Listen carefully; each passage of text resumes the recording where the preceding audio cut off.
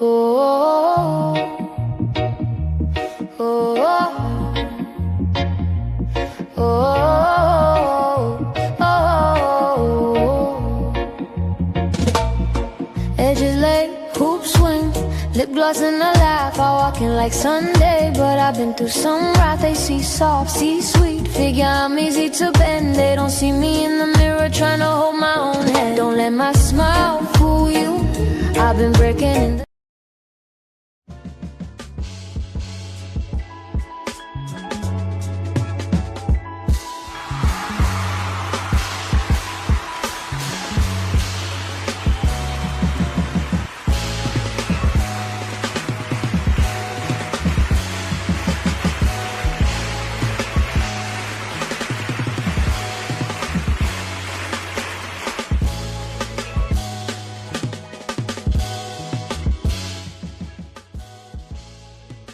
Black faces in high places are not going to save us. Just look at the black proponents of Cop City in Atlanta's leadership class. Black faces in high places are not going to save us. Just look at the black woman's hand, ambassador at the UN, voting against a ceasefire in Gaza.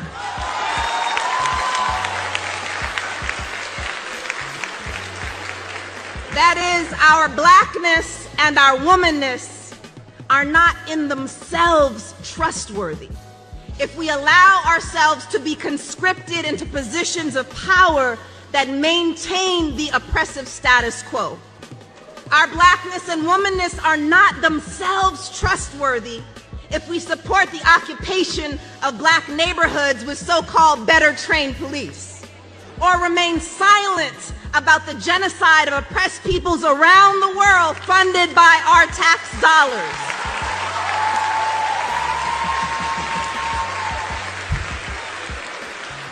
And here, let me please shout out the incredible Spelman students and AUC siblings who have been organizing with Stop Cop City and Justice in Palestine, among many other troublemakers in this room.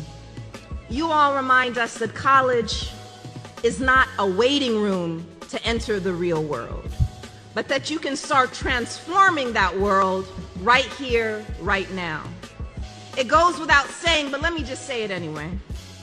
For student activists speaking out courageously for Palestine and Congo and Haiti and to stop Cop City, they should not be threatened with expulsion, loss of scholarships, or have public safety called on them for protesting. Too often, our institutions celebrate student activists after they've graduated, even giving them honorary degrees.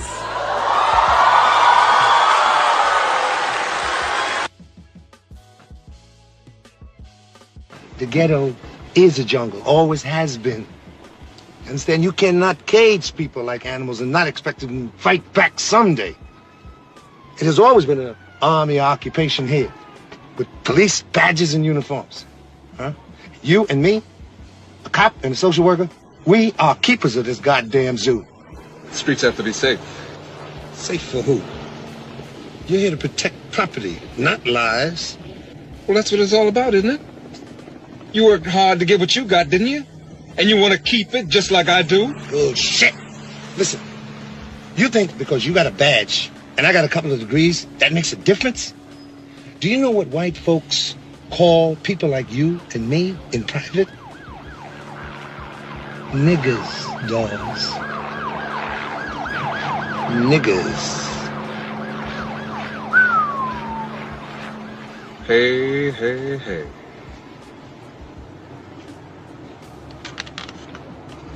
Haven't heard you talk like that since we were in college. Just tell this committee, please, while under oath, Mr. Robeson, the communists who participated in the preparation of that statement. Oh, please. The reason I'm here today, from the mouth of the State Department itself, is I should not be allowed to travel because I have struggled for the independence of the colonial peoples of Africa. The other reason I'm here today, again, from the State Department, and from the record of the Court of Appeals is that when I am abroad, I speak out against injustices against the Negro people in this land. That is why I'm here. I'm not being tried for whether I'm a communist. I'm being tried for fighting for the rights of my people, who are still second-class citizens in this country, in this United States of America. My mother was born in your state, and my mother was a Quaker. My ancestors, in the time of Washington, baked bread for George Washington's troops when they crossed the Delaware. My father was a slave. I stand here struggling for the rights of my people to be full citizens in this country. And we are not. We are not in Mississippi. We are not in Montgomery, Alabama. Welcome to Montgomery, Alabama, birthplace of the Civil Rights Movement. Every summer, this city hosts something special. Ever since the original Montgomery Boat Brawl, they keep coming back. And today marks the 3rd annual Belt-to-Ass Invitation. Who trying to bet against the blacks? I'm taking all bets. You finna lose your money. Drown them, punch them, whatever it takes. We cannot lose 3 times in a row. We lose this one, they gonna be smashing our women. Ah! Herbert's wife came back to the hotel limping. Y'all know what that means. But, if we do lose, we just post the videos of us getting jumped and push that black fatigue propaganda hard. Genius! Y'all ever watch wrestling? Okay? Swing them chairs like that. I want all these folks leaving with CTE. Say less. Bet. I'm in. Break. All right, y'all ready? Let's squabble. Come here, boy!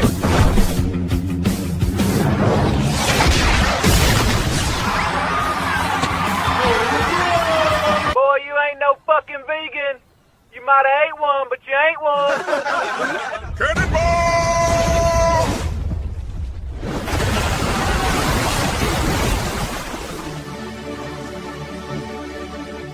Hey, Miss Ebony Chocolate Queen. They call me White Mike in the Hood because I'm a goat. Man, I am not here with these white boys. I got a degree in African American Studies. Can I take you to dinner? I rebuke my ancestors for what they did to your people. Ma'am, have a blessed day. You done messed up now, old man. Okay, I see you with that chair up. Now, TT, now! Huh? Block it!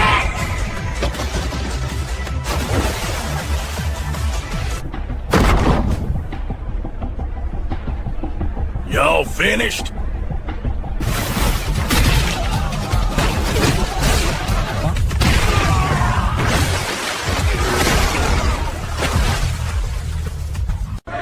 Boy, I take shits bigger than you.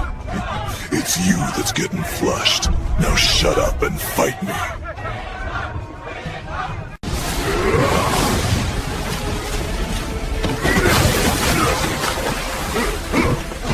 You think that's funny? Quit playing with me and fight me like a man! What the? That the Bama River Serpent? No!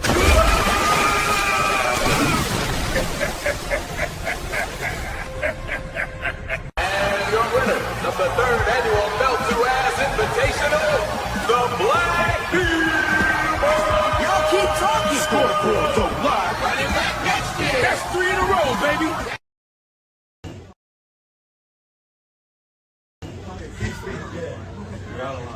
You're out of line.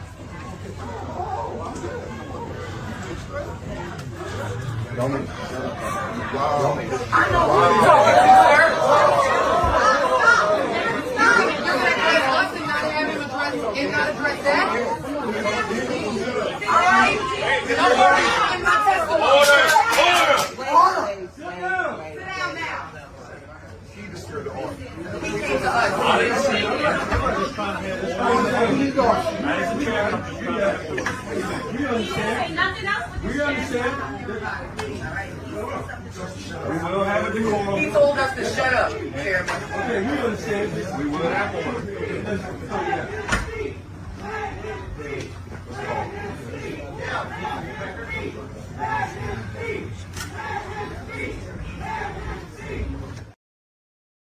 Y'all going? Let go. Let go, sir. You got me all tied up.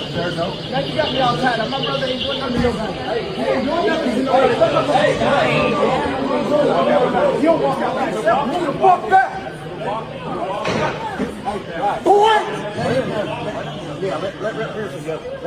Fuck is wrong with you? The fuck is wrong with you? You stupid motherfucker!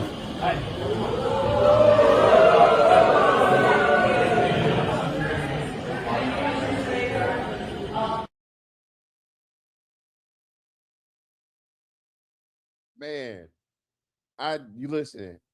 I miss those 15-minute intros. I do. I really do, because I can say so much without having to say anything at all. I miss them. I miss them. Welcome to, hold on. I got to move the thing out the way. And move. No? Okay. I thought it was on the timer. Oh, it was on the timer. Welcome to the show. I think you guys know why we're here. Yeah, man. Hell of a day in politics, no? Right? We got the Power Coalition. They done word up to check with the troublemakers. So, we making trouble. What's up? And I want to give a shout out to my good brother, State Representative of District 26, Ed Laverdang, who's in that video. Yeah, he's the one that, him and Malcolm got it real good about trying to keep things, hey, let's not get it out of control. That's the one thing I do admire about those two gentlemen, is when things start getting all out of whack, when people start getting a little bit too aggressive, when Curtis wants to monologue up there doing Malcolm's committee meeting, there's a certain je ne sais quoi, there's a certain finesse you gotta, to get everything back under control and maintain order, right? At least to the degree that you can. So Brother is featured in that. Yes, that's Louisiana. They are cutting up in the South, these black folks. It ain't what you think it is. And I want to tell you, this is an energy. It's not just black people sporadically doing things. This is a energy that is being spread. And it's an energy that you cannot stop, because energy can neither be created nor can energy be destroyed. It can lay dormant. It could store up more energy and more power and more, momentum. It could do a lot of things, right? But energy will never die. So when I played this clip, because every clip has a meaning, right? I played this clip. Y'all going? Let go of me, sir. You got me all tied up. Now you got me all tied up. My brother ain't doing nothing to nobody. He ain't doing nothing to nobody. You don't walk out like yourself. Move the fuck back. Boy! The fuck is wrong with you? The fuck is wrong with you? You stupid motherfucker!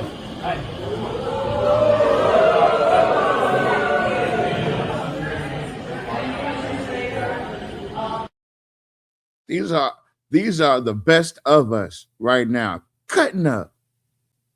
It's called righteous indignation. And I implore you, Jock, please don't just Google it. Look into it.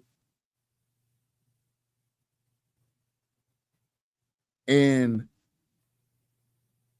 righteous indignation in and of itself is something that cannot be contained, nor can it be controlled.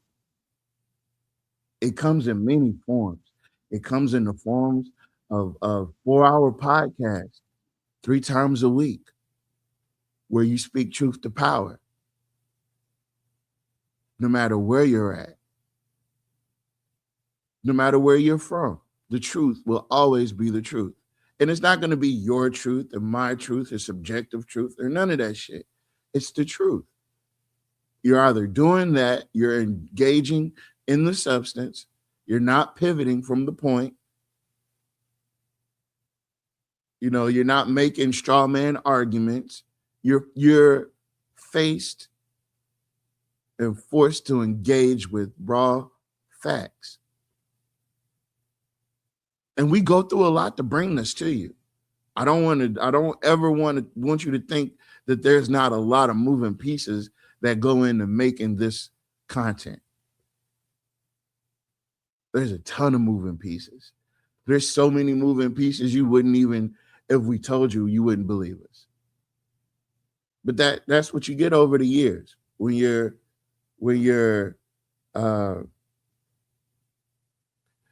properly vetted, right? You get to stick around. You get to continue doing the thing, and you get to continue being authentic, because you weren't just vetted by political figures, you were vetted by the people, and we've been vetted by the people, and we're here, and we're kicking this shit, we're kicking this truth, and we're keeping this shit solid. And it's righteous indignation. It's righteous indignation. I have a right to feel like you attacked my dignity, because you have. Right? It didn't work. So now I'm back for my 2 pounds. And I'm back because you owe me. You cost me. And that's not just on a personal note. That's on there's so many more opportunities that could have been had it not been hampered or tampered with, that you just utterly destroyed. So I want it back. I want it back. I want it back, and I don't want to say self-esteem, but yeah, I want it back in self-esteem. I want to take all your self-esteem away. I want to deflate that ego. Because you got it coming, brother. You got it coming. I hate it for you. But let's see. Can you hear me now? She can't hear anything. Can you hear me? Can you hear me? I can hear you. I can't hear you at all, Tavares. Yeah. Well, I don't know. I don't know what to tell you. I don't know what to tell you. Shamir, can you hear me?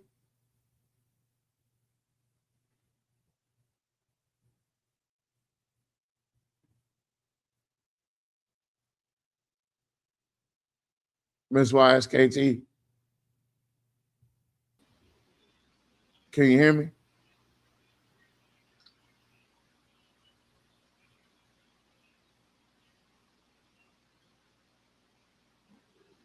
Hello? Hello? Yeah, hello? Nope.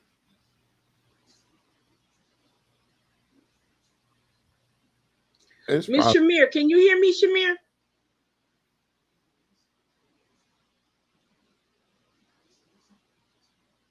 She not even around. And nobody can hear each other. She can't hear me. Hey, y'all in the chat. Y'all in the chat. Can y'all tell her that yes. I can hear. Okay. Okay. So I can't hear Tavares at all. Right.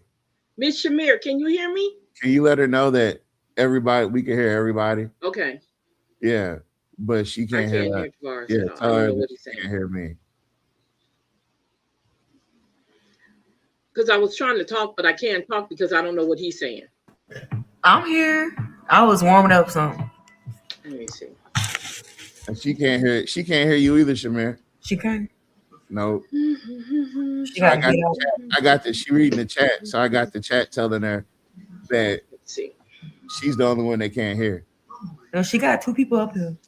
She got 2 of hers up here. I don't know. I don't know why she's got 2 people. Kick both of them out. Yeah, I mean, one of them got to work.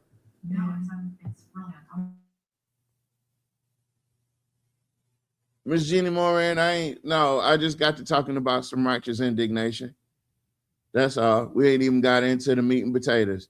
But, you know, all that time that they was begging for them black folks to come out and play and be in the streets and protesting.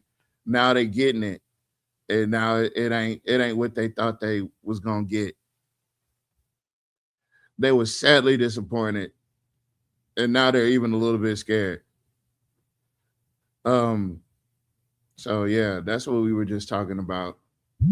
Hadn't gotten into the meat and potatoes just yet. Okay, can you hear us now? Yeah. Hello? Okay. Hello? She got 3 people up here. You might want to cut all 3 off. Well, I mean, well, no. She got all the controls. I don't know. There you go. Hey, you gotta chill out, Mr. Kevin. Don't Miss Salita. She do her thing. She have problems from time to time. But Tavares be messing up too. I tried to set it up for her, man. She every time I do it, she change it, she pull out a cord to change something. But she got all the admin privileges. Yeah, she got all the admin privileges. So whatever she's doing on her end is she's got full. I don't have to click nothing. So as long as y'all can hear me, Shamir, the second that you can't hear us no more, you know what to do. Yeah, I know what to do. Yeah, I was listening, Miss Jeannie Moran. You ain't missed nothing yet. I'll play a video. See, that's why I like doing the 15-minute intros, right? You know what I'm saying? They give people a second to get their popcorn. You know what I mean? And it burns some time off the clock. Now we've been in 20 minutes, and look, people still engaged. That's beautiful. I love it for you. So, boom. I don't even know what all I want to talk about. Oh, yeah, I know what I want to talk about.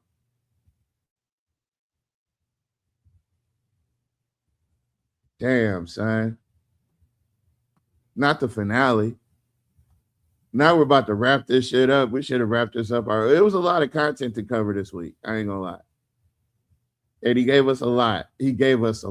So we're going to back up a little bit, pause, into what we were ending on last night. Because last night was a great show, by the way. A lot of people watched. That's good. Because that's the point of doing all this. You know.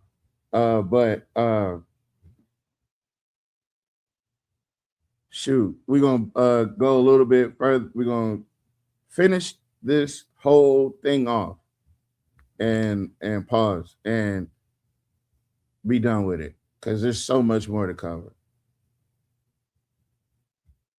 Don't fault me. It's not my fault. Look, now she's going all together. Can't blame me for that. All right, let's see. Man. You know what it is, though? What incites me to no end is that his wanton disregard for just telling the truth. He just don't want to tell the goddamn truth. Shit. Going to get to that right now. I think that we have continued to try to help resolve a problem that it doesn't look like there's a desire to resolve. I will tell you, I asked for all of the contacts, Rick, you, Dr. Lewis, Gate, and everybody else to put in the record for the council to see. And I have those here, and it reminds me a lot of if somebody knows if they call you at 3 o'clock, you're still working at school, so they know they're going to get your machines. They can say, I called you back, but they know you're not home, so they can check the box. I called you back. I got a problem with that.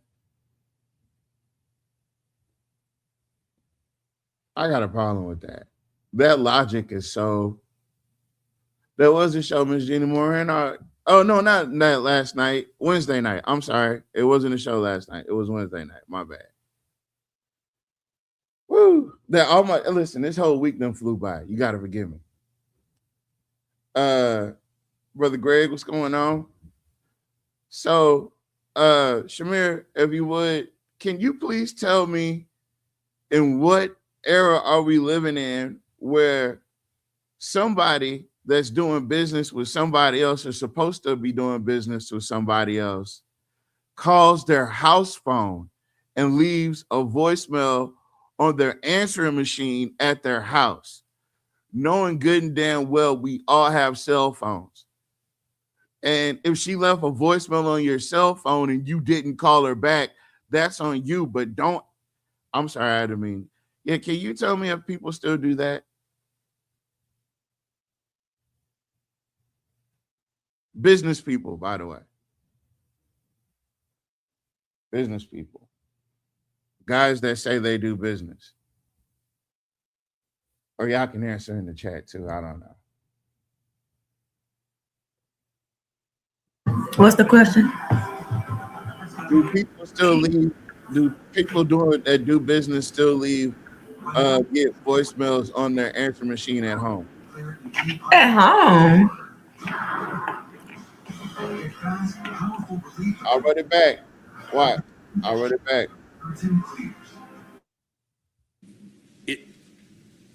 It reminds me a lot of if somebody knows if they call you at 3 o'clock, you're still working at school. So they know they're going to get your machines. They can say, I called you back, but they know you're not home. So who's calling people's house? Yeah, I don't get that part either. Again, what he's framing is what Curtis went out here and said and caught somebody a lie behind. That's what he's trying to support, what Curtis said online and in public about Miss Renardo, right? But it's all falling apart because y'all always called each other before. How come all of a sudden you missed that call? Because y'all served on the You ain't hear he said because he got off at 3 o'clock or 3:30. That's fine. That's what he said. So what, he didn't check his messages at all? Mm-hmm. You need to tell me a guy that does JROTC, Air Force JROTC, and no offense to Air Force people, I got Air Force people in my family serving right now. I was supposed to go into the Air Force, but I picked the Navy. Only reason I picked the Air Force is because they had just signed a new recruit. I went down to the recruiting office, and they had just signed a new dude, and it was a white boy. And they took the white boy and his whole entire family, the whole entire office left and took him out to dinner. So I went right next door. The Navy dude stepped out. You know what I'm saying? Our outfits and our uniforms are so it's just clean, boy. We clean when we just clean. You know what I'm saying? He came out. You know, sailors got a little player to them. Like, you can't just be no square sailor. Ain't no such thing as a square sailor, right?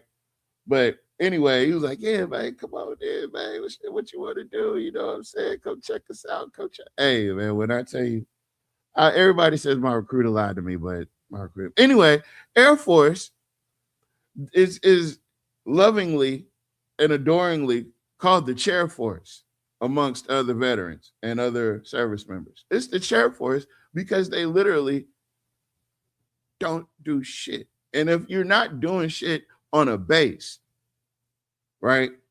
Active duty, right?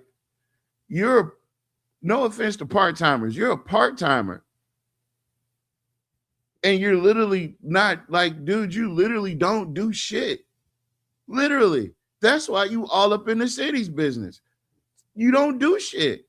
So you mean to tell me at 3 o'clock, you didn't realize that you were in negotiations on behalf of the city to talk to somebody from Gator, they leave a voicemail and you didn't call back because you were at work when they left the voice. What the fuck are you telling me, bro?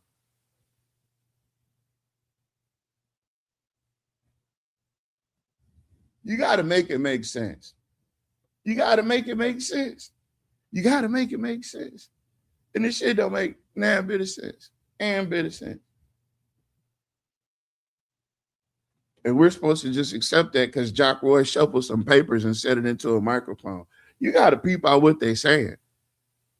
You got to peep out what they're saying.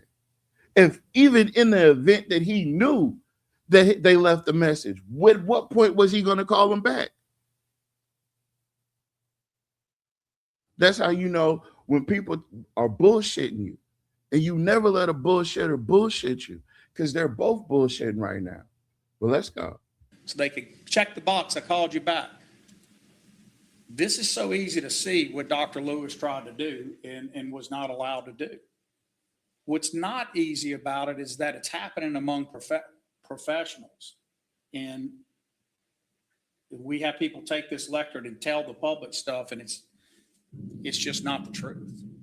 And that's just not okay. Shouldn't be coming in front of the council doing that. And maybe I was too critical of the council in saying the council is too much or too easily allowed.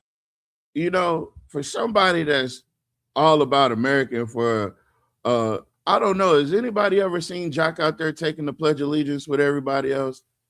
Because he the Pledge of Allegiance to the flag and to the republic for which it stands, for the one nation under God and all that other stuff. But he sure is against free speech.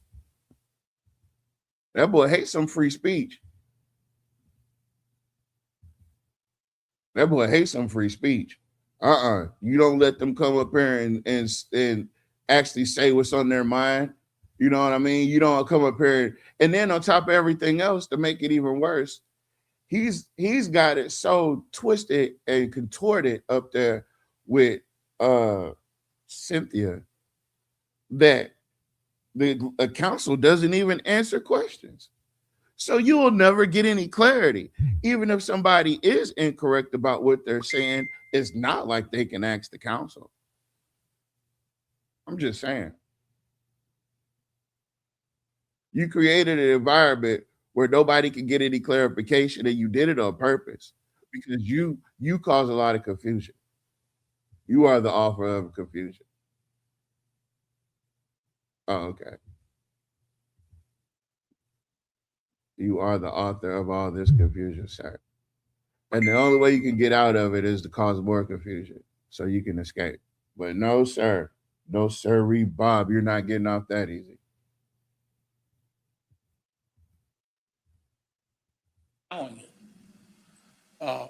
So I want to say a statement, and then we can pick up some of these at another time. But I think it's important to say this.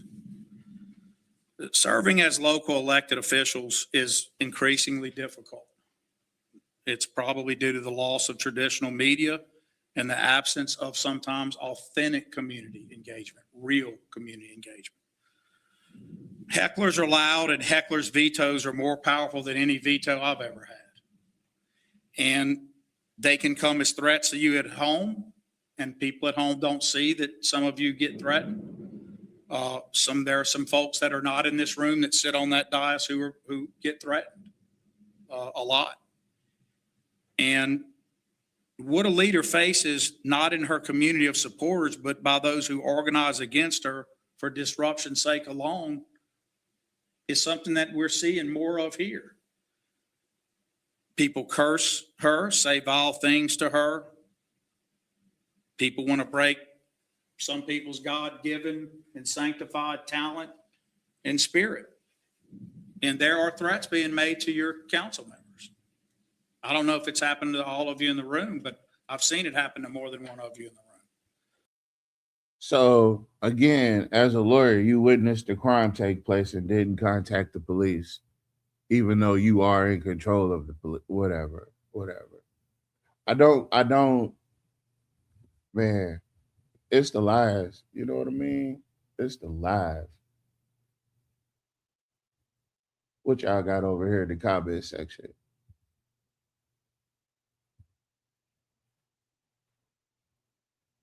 He says, the council members should hold him and themselves accountable for greater transparency and integrity. They should. It wouldn't hurt.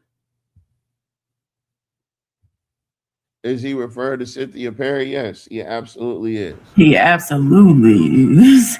Because of that vote. Yeah. Because of that veto that he did, he threw the rocks and hid his hands. So he waits to do a mayoral briefing to explain why he did the veto. And when we had our opinion on how Miss Perry voted, And that was really via social media because we didn't say anything in person. We was just shocked. We was like, oh, wow. You know, like, we didn't say anything in person. So everything he's referring to is online. Gotta be. I want to go on record and tell people, if y'all listen to that show, I purposely said I don't want no parts of that. I said because it's going to be other people that are going to rip her to shreds. Yeah. And I purposely went out of my way to decline to even engage because I already knew what was coming. So, Jock, you can't even put that on me. Yeah, Miss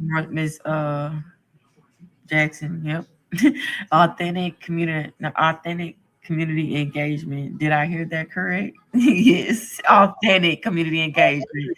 What other kind of community engagement is there? The kind where you boil crawfish. Non-authentic? You boil crawfish.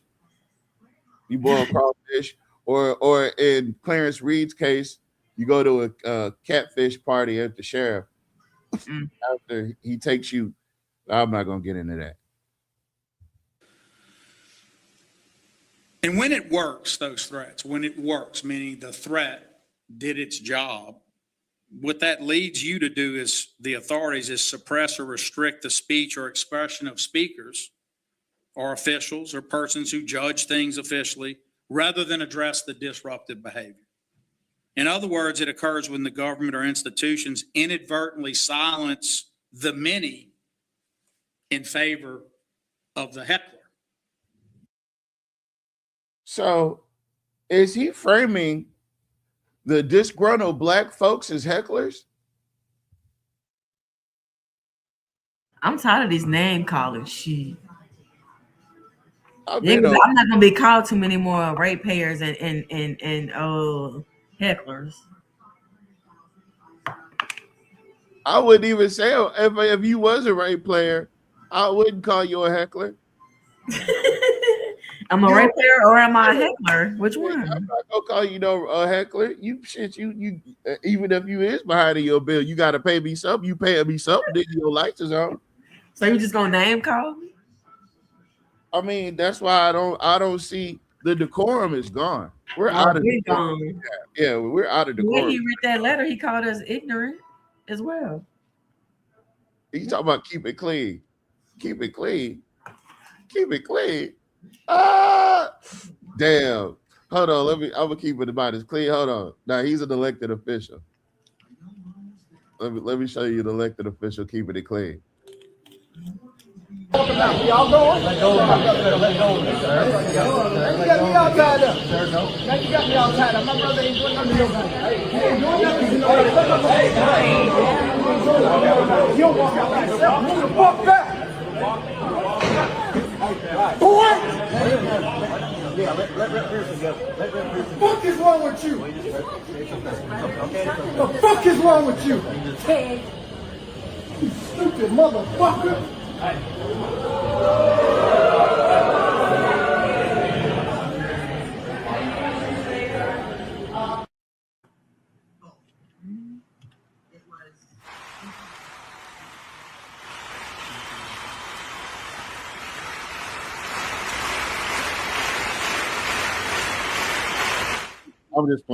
I'm just playing. Righteous indignation is the word. Righteous indignation. I'm gonna put them on the screen. But then it came down to that realization that we're staring at a cross. Righteous indignation.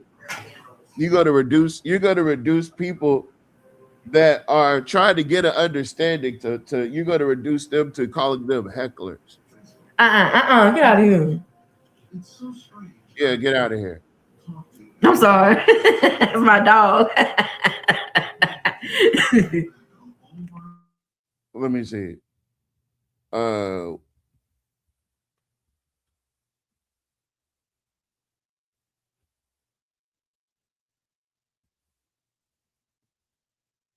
Here it goes. There it goes. Jock, I did the easy work. I did the easy part for you. There you go. Righteous indignation is a reactive, intense emotion characterized by anger and moral outrage, typically triggered by perceived injustice, immorality, or unfairness. It is often distinguished from selfish anger because the person believes they are defending a moral principle rather than acting out of personal grievance. While sometimes viewed as justified, as a justified, necessary response to wrongdoing, such as in religious or social activism, it is closely associated with judgmentalism and can easily escalate into harmful self-righteousness. But there is a moral justification. The belief that one's anger is more morally righteous and authorized, often in defense of the weak or in opposing sin or systemic injustice. Destructive potential. Despite its high-minded justifications, it can become a destructive force, leading to judgmental attitudes, a lack of empathy, and is a desire to punish others rather than to resolve situations constructively. Theological perspective. Often, it is defined as aligning one's anger with what is one believed to be God's anger against sin and injustice. Common pitfall, it can serve as a mask for uncontrolled rage or a way to assert superiority over those with opposing views. Has biblical and philosophical context. Jesus provided examples of righteous anger, clearing the temple, yet followers are warned in Ephesians 4:26 to be angry and do not sin. It is often contrasted with human anger, which is cautioned against in James 1:20 because it rarely achieves righteous purposes. Stoic views. Philosophers like Seneca argued that the sustained anger, including righteous indignation, is a form of temporary insanity and that calm, rational action is more effective for justice. But according to the Bible, that's not what's effective for justice. It's table flipping. That's what it is. What are you doing in my father's house? Get that shit. I'm just playing, Jesus. See what your mama doing. What is she doing? I don't know. She ain't made it yet. She'll be here. Don't you worry. Mr. Leader, the beacon getting out there. We putting the beacon out for you. Good evening, Ms. Honorary. No, this is on the blacks. Yeah. Yeah. Oh, the heckler is vetoing the truth. That's the whole point. That's why it's called a heckler's veto. Sometimes a leader even here. Also, he calling himself heckler. You know what? I never thought about it like that. You just said it. He said that's why it's called a heckler's veto. I'm about to Google it. Yeah, look. Hecklers. Can you still hear me? Yeah, I'm still here. Heckler's veto. I gotta go to the screen. You slow. I'm fast. The heckler's veto is a First Amendment doctrine where the government suppresses speech due to anticipated or actual disruptions, violent reactions, or intense disapproval from a crowd. Oh. It occurs when authorities silence a speaker to maintain public peace, effectively allowing audience hostility to censor the message. U.S. courts generally hold that a listener's hostile reaction does not justify restricting free speech. Oh, but there it is. Scroll down. Because that's just Wikipedia. Yeah, go down. The key aspects of a heckler's veto doctrine. It is a suppression of speech by the government or private individuals because of a negative or violent reaction from the audience. The First Amendment violation. Supreme Court has generally deemed that a heckler's veto unconstitutional as the government cannot allow the potential for violent opposition to justify censoring unpopular speech. This is literally a walking First Amendment violation. Okay. And he said it. And he's saying that's what we're doing. Yeah. He's saying that's what we're doing. He said that's why it's called a heckler's veto. Play it again. Yeah, because I gotta understand who's the heckler. People curse her, say all things to her. People want to break some people's God-given and sanctified talent and spirit. And there are threats being made to your council members. I don't know if it's happened to all of you in the room, but I've seen it happen to more than one of you in the room. And when it works, those threats, when it works, meaning the threat did its job, what that leads you to do is the authorities is suppress or restrict the speech or expression of speakers or officials or persons who judge. He literally just read it right out of the damn thing that we just read. Like he literally just read the thing that we just read. So he's explaining that he put out the heckler's veto because we are the ones. And it's, what we're doing is called a heckler's veto. It's not a real thing. It has no. He's doing what he wants to do anyway. He just doesn't want us to say anything about it.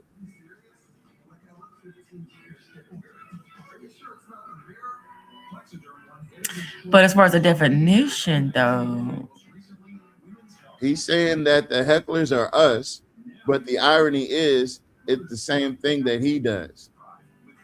It is.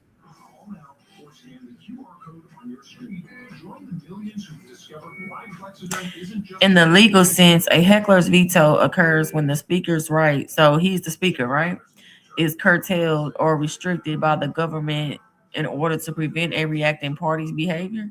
No. So that would be him, right? He's the governing authority, right? He would be the government in this case. Or it would be the council in that case. The council body would be the governing body. So he's telling, if he's talking about Cynthia, and this whole section is in reference to Cynthia, he's signaling to Cynthia that heckler vetoes are ruining y'all plans. When people call shit out and you let them say what they want to say, like how she controls Mr. White,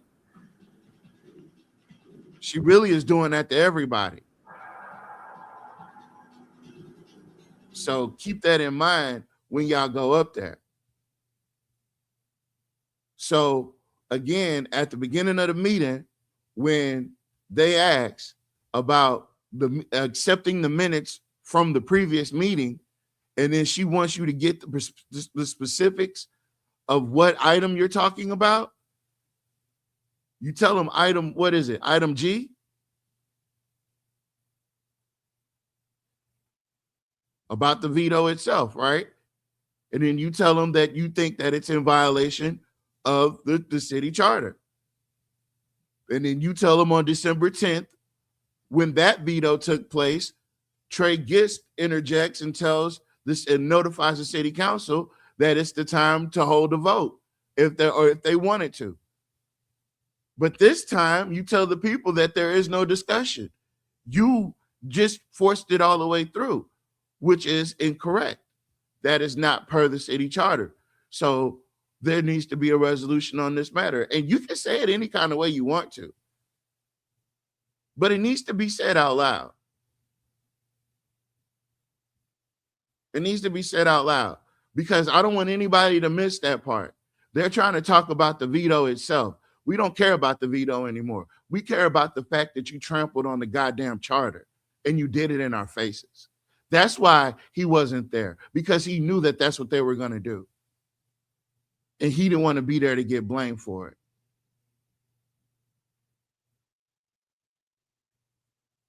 I don't even think Jonathan Goins was there, was he?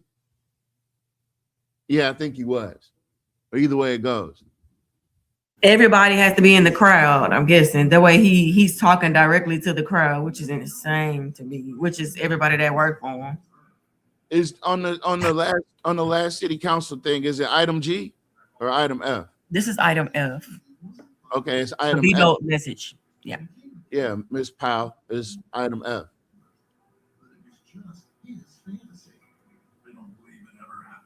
They violated the charter because on December 10th, Trey Gist literally, after she read the veto. Oh yeah. After she read the veto, she said, "I'm now going to turn it over to Trey Gist, and he's going to tell you the proper procedure and protocol." Yeah. That's what she said. And he went on this diatribe about how now is the time to raise the concern. If you want to try to override a veto, now is the time to do the motion and get the second. Right? But they didn't do that this time. They turned it into adding a whole nother item to the agenda that didn't even need to be added. That's what they tried to say that they held the vote on, which is what they held the vote on, but that's only because they were misinstructed, and they were purposely misinstructed. Because the person that gave the instructions last time was sitting there.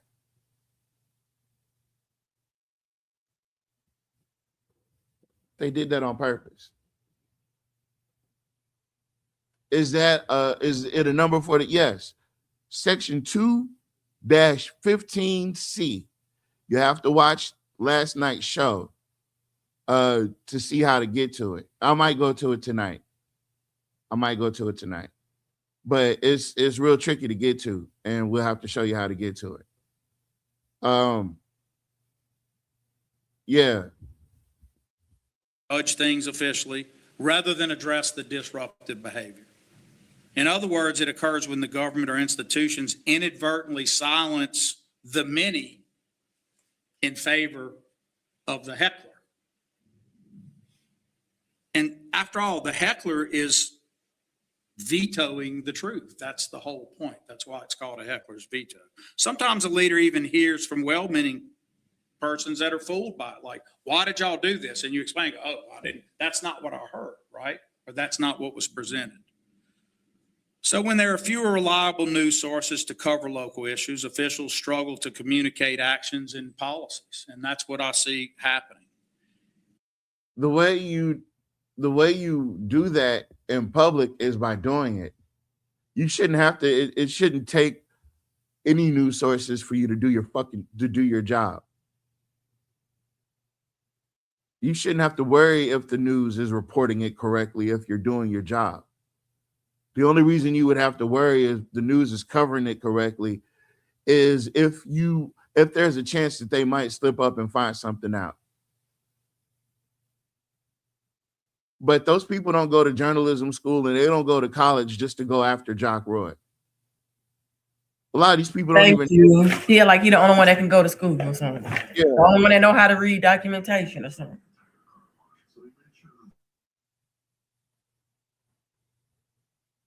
Yes, exactly. But with all the vetoes come the instructions that Trey Gist gave December 10th that he did not give May 5th. Every veto does. It's called proper protocol and procedure. He said it himself. And they did not follow proper protocol and procedure. They did not follow it.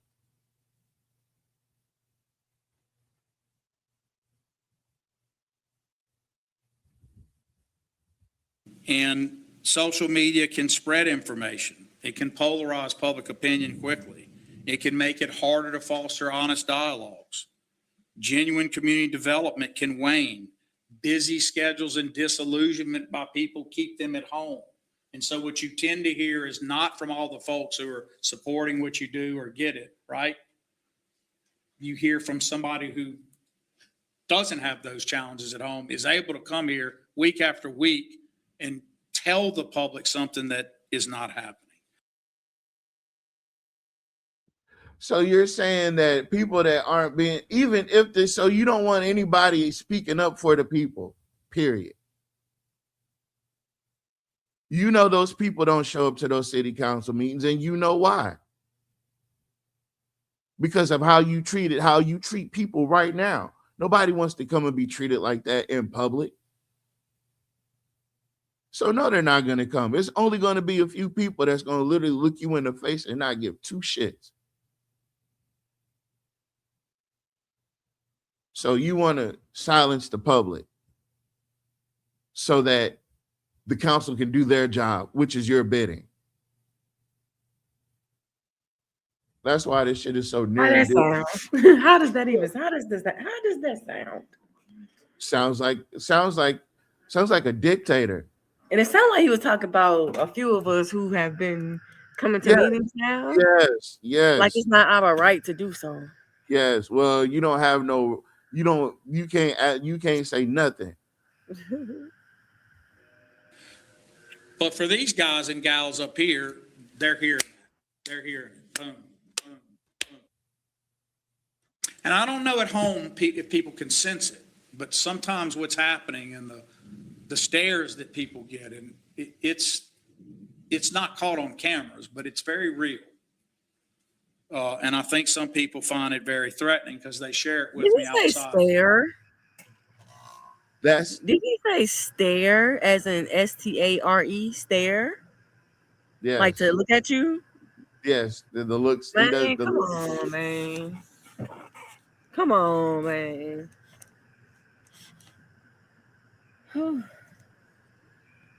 Yeah, when you say something against him, you become a heckler. That's facts. That's big, stupid, juicy facts. Big, dumb, old, right off the tree facts. When you say something against him, you're a heckler. Because he's the one that puts all that shit on the agenda anyway. So if you're asking or seeking some clarification on the agenda item that he put on there, then you become the heckler. All these damn names.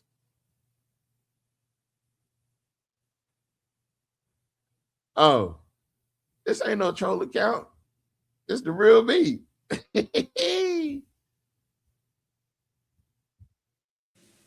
And I think that people have to realize that the leadership here, all of these members, every single one of these 7 people are pressured by that. And part of it is, right, it goes with the job. It is your job in many ways to feel some of that pressure and not always have people in here agreeing with you. In fact, I would suggest to you that the people who come to talk are rarely going to be here to agree with you. That's why they're here. That's all.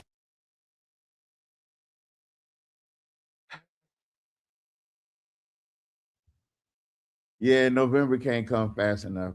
Matter of fact, July can't come fast enough. Hey, he gotta go, bro. He gotta go. It's like, hold on. Not this dude in the comments. Don't stop the presentation though. Just finally drop down. Oh, okay. Listen, I put the comments on the screen. They be on the screen, baby. I can't help it. All normal. But there are, despite these obstacles, leaders who choose to act with integrity, even when faced with criticism. And I think true leadership does not mean engaging in a conflict purely for the sake of fighting. I think if a council member sets up a battle for all of you purely to throw you out on Front Street with that battle, when they have no interest in the outcome being one way or another, it's only to do that. Well, I think that's a vain and useless act. And what I mean by that is that it's vain because it doesn't come from a good place, and that it's useless because it doesn't lead to a place. So he's saying it's not coming from a good place. Who is he again? Is he like the judge, the jury, and the executioner? Is he just the executioner and the judge? Is he the jury and the judge? Or is he just the jury, the judge, and the judge? He took his mayor role seriously, but this is not what the mayor's supposed to do, though. Like, I'm not saying mayor's veto, but you're not supposed to control the city council meetings, right? He does everybody's job, literally, but his own. Oh, he's a philosopher. Oh, that's what he is. He's a goddamn philosopher. What do you know? Ain't that some shit? Doesn't lead to an accomplishment.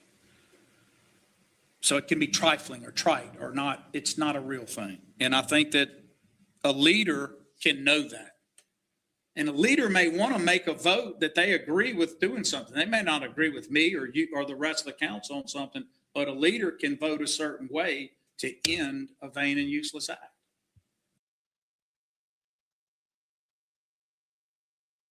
Oh, so he's describing what Cynthia did. She shut it down because it's vain and useless. But wait a minute.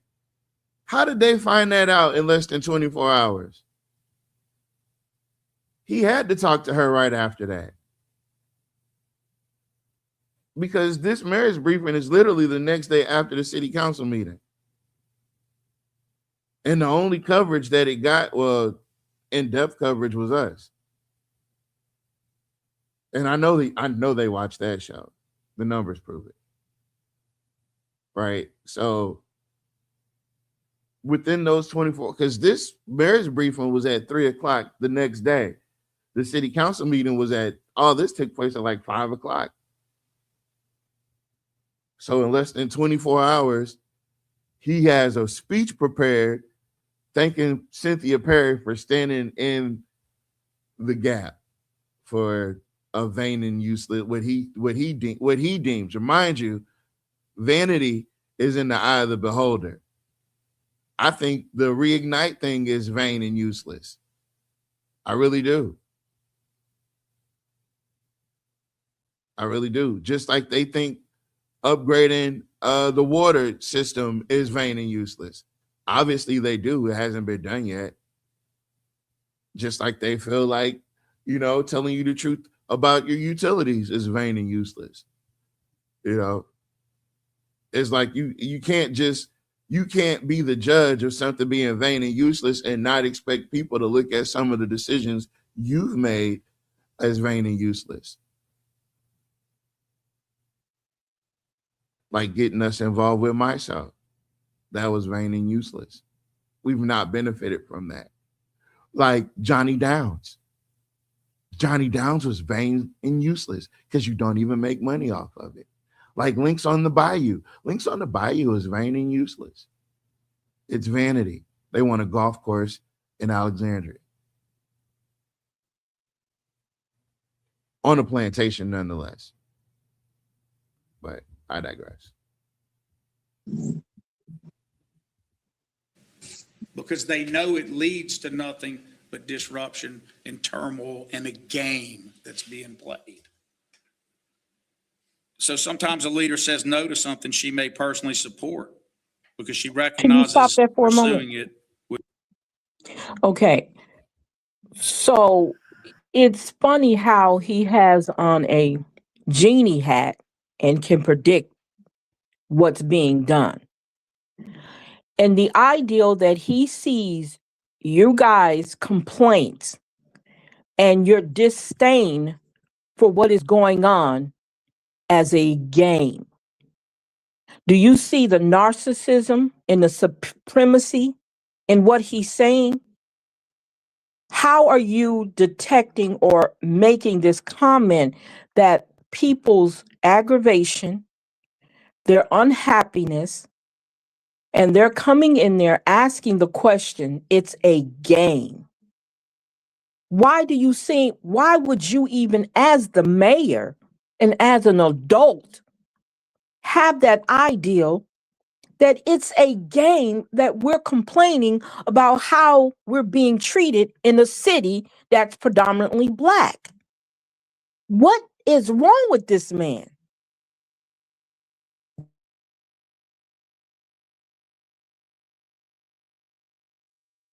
Well, let's keep going. Would create pursuit of a false or unwinnable situation or a vain and useless act. A leader knows that an outcome leading to nowhere but to sow discord is vain and useless. It's supposed to go smooth. All this shit on this agenda, y'all just supposed to vote on that shit and let it slide, man. All these people coming up here talking all that bullshit, we ain't trying to hear that, man. Go ahead and vote on this shit so we can give another contract to Pan Am. Yeah, yeah, we got Yankee Clippers on the line. They trying to get some bread too, nigga. Go ahead and vote on that. Yeah. The people ain't supposed to ask questions about that. Yeah, well, it ain't none of their business. I mean, it's kind of their business, but it ain't. You know what I'm saying? You elected, not them. You know what I mean? That's the shit that I think he's saying in his head. That's what I think he's saying in his head. Because ain't no way. You sitting up there you're giving her instructions on how to tell people to not say certain things. That's what you're doing. And you think we don't notice that. But that heckler's veto comment, that's exactly what he's doing. Yeah. See, also, he has this boldness to tell grown people how they need to react to the bull crap. That's another thing. That's a form of abuse. When you're trying to dictate and tell somebody how they need to react to the bull crap you're doing to them. That doesn't make any sense. That's an abuser. You're going to tell me you're going up on my utilities, you won't fix my streets, you don't make it safe in the neighborhoods that I live in, you deprive my kids of recreation by not fixing the parks, but how dare you? It's a game every time you come up here and complain about how I'm not doing my job as the mayor. I'm too busy behind the scenes being vindictive and trying to get back at people and trying to take money from Gator and lying and manipulating and moving pieces around on the chessboard and then hiding your hand and say you didn't have nothing to do with it. That's what we got time for. And you wonder why the people, it's like you do it on purpose, like you get off, excuse my language, that you get off on harassing and making the people feel small and insignificant. But you're sitting here trying to tell the president of the city council how she needs to react to you. This is how you need to double down on them. He did that when Ballard was in office. He in the presidency. He did that when Rubin was in the presidency. All of these people, he tell them what to do. When you need to be concentrating on being a mayor, and not only for certain people as the mayor, but for the whole city. That's what you got time to do. I don't understand that. I'm sorry.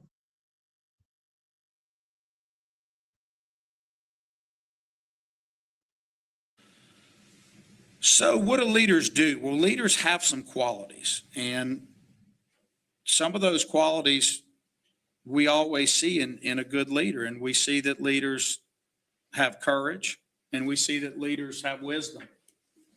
And courage is important. Maya Angelou said courage is the most important virtue because without it, you can't.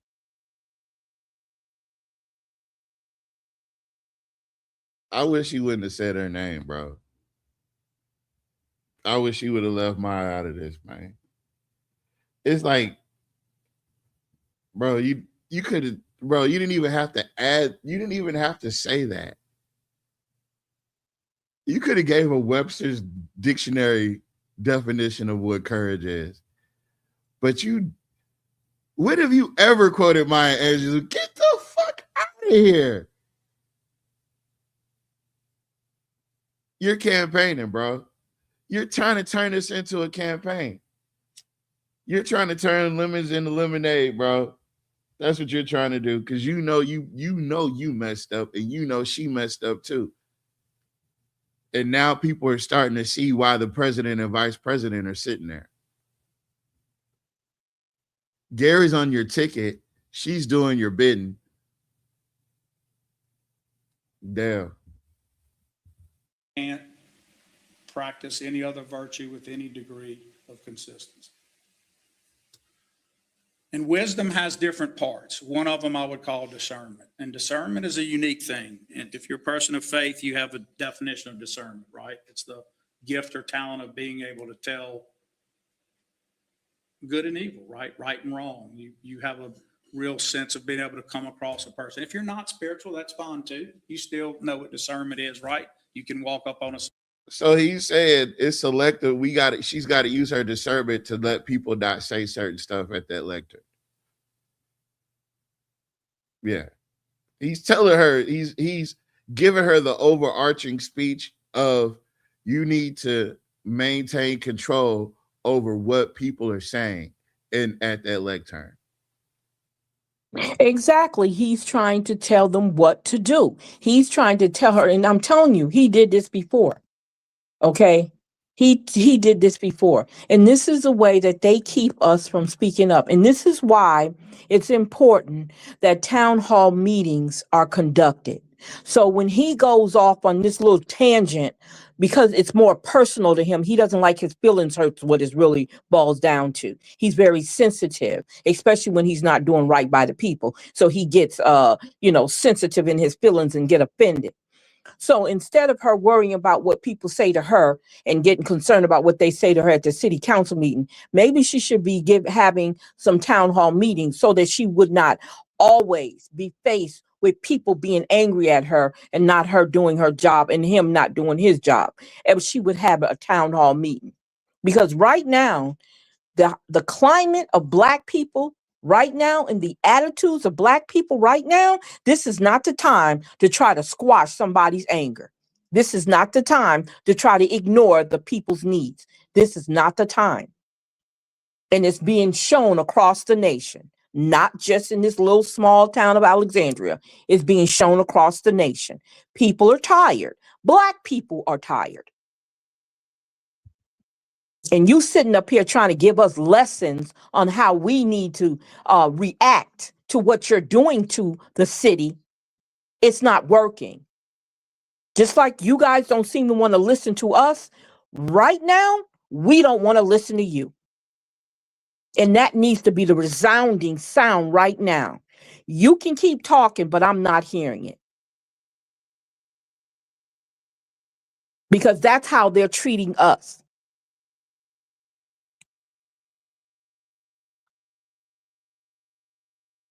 This whole thing could go really bad for them because it's like they keep poking the damn bear. And it's like it's far enough isn't enough. And Jock is trying to play state politics, this bully politic attitude in Alexandria. And Jock is quickly finding out that it don't matter what them people outside of Alexandria are telling you to do in Alexandria. Them people, we're going to tell them what's going on. And so you better be prepared for whatever backlash, whatever backroom deal you did or done or are doing. You better get ready, because if we find out, we're telling the people. Because you've been lying so much. You've been lying, bro. You just been lying, bro. That's it. That's all. Situation, and by people's actions or what they say, you can determine what's really happening. Or maybe you just have a history with the person. But discernment's critical. It's a critical gift, and it's important to have these things in place. So as the presiding officer of the council, I want to express to the president that I acknowledge the challenges that she's facing. And I want to acknowledge that just like the vain and useless act of some of what happened yesterday, an ordinance presented to disregard a previous ordinance. I want everybody to understand what I vetoed. An ordinance was presented by a lawyer member of the council to disregard. By a lawyer member? What does that have to do with anything? Not a thing. It doesn't have anything to do with it. He just needed to say that because he likes to point out at people so that it can be, it turns that person into the villain. That's what he was just doing. And this, whatever that is, he keeps using as his useless. See, do you see how he's trying to downgrade someone's reaction to him? Useless. Do you hear that? Just think about the word, what word useless means. And it's almost like a sly disrespect to the citizens who are definitely concerned about what is not happening in their city. So you guys, you can do this for another 4 years, because I'm gonna tell you right now, he's not changing, and he's probably going to get worse. He's not changing, and he proved that to you in this 4 years. So you either going to allow him to keep being disrespectful and not doing his mayorship job, or you get him out of there, because he's not changing. He's going to get worse. This is not about she's trying to scare us. No, I'm telling you, just by what he has done in the last 16 years, it hasn't been any different. And we're in 2026. It's the same thing. So when are you going to see that he's not the better thing that can happen to Alexandria? He's about his cronies. He's about the people that has donated to his campaigns, the people who have voted for him. He is not for everybody. But the first thing a Black person do when they get in that position, well, I just want to let you know I'm for everybody. No, because he's never has been. He's never has been for everybody since he's been sitting in that seat. He's been for the ones who take care of him. Because that's what most white candidates do, or politicians do, when they get in office. They take care of the people who took care of them during their campaigns. But no, we want a photo op with the mayor. We want to laugh and shake his hands, because that's more comfortable and more easier to navigate than to hold his feet to the fire. And the ones who do hold his feet to the fire, what they usually do is they get called out and they get talked about and called names, because they're holding his feet to the fire.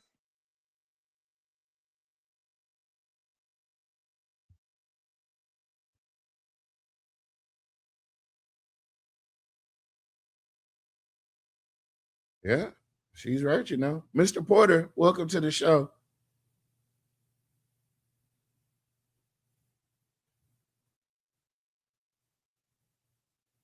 I'm away from him.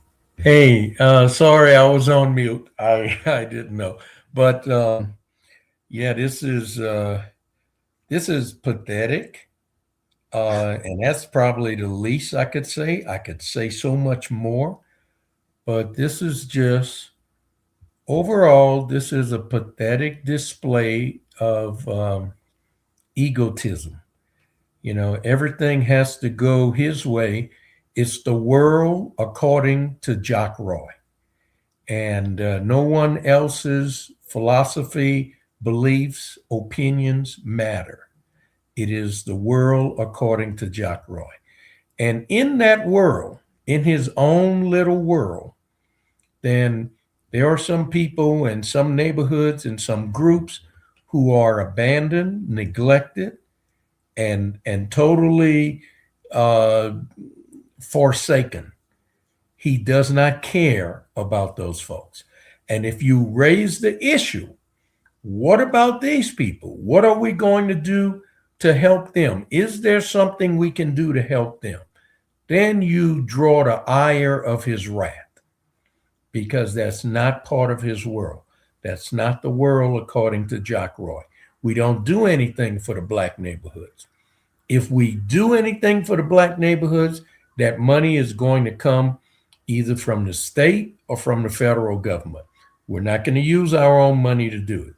And if that money does come, we're going to siphon it off and whittle it down, so then when it does reach that community, it'll be pennies. It'll be crumbs. It won't be much. He cannot stand Gator, because the makeup of Gator, they will focus on economic development for the Black community, for the neighborhoods. They were shifting their focus. Jack Roy is not going to allow any money to flow into the Black neighborhoods. pure and simple.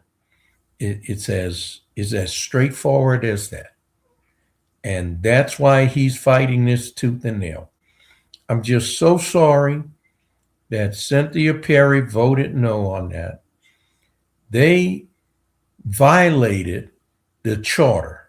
There were 3 violations of the charter by not allowing the city council to vote on that veto. And what he was doing, first of all, he was saving himself so he didn't have to face any questions from the citizens, from the public. And even if they had allowed questions, he would not have been there, but the questions would have been a matter of record. And so now that is going to be a cloud that constantly follow him. And then also by Cynthia Perry voting no, that saved Elizabeth Felter and Jim Villard, who both are up for election. That saved them from having to vote on that issue. If they had voted no, that would have been a strike against them during the campaign.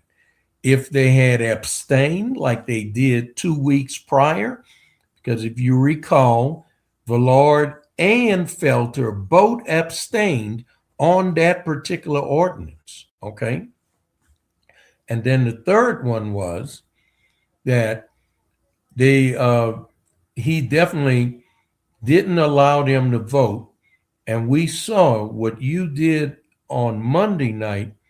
You pulled up the video from December 16th when they conducted, in very similar circumstances, a vote on the veto of the fair district plans.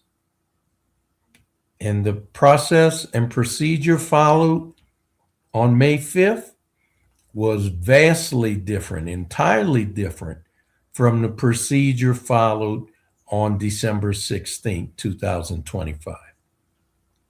And both Donna Jones and Trey Gist have been there more than 30 years in that job.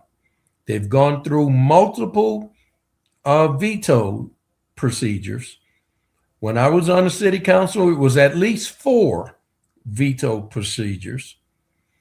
They were all conducted in the same manner. The one on May 5th was not.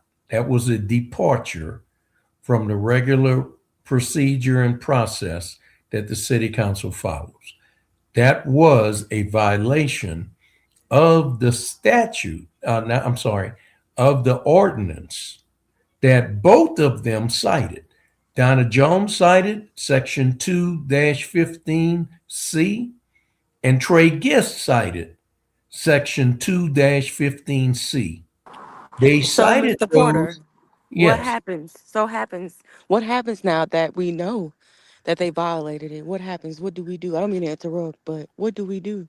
Well, you see, at that point, that is the responsibility of the city attorney, Jonathan Goins.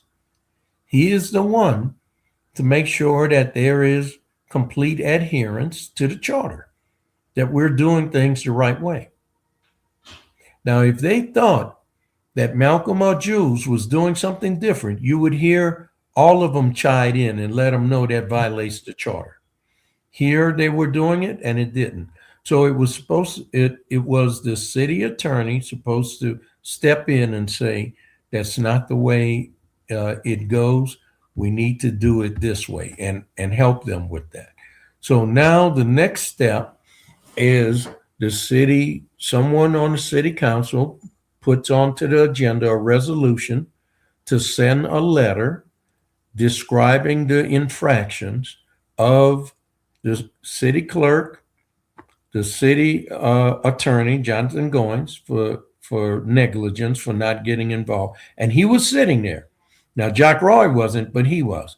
And Trey Gist, the contract lawyer. And they need to send that to the state attorney. Okay.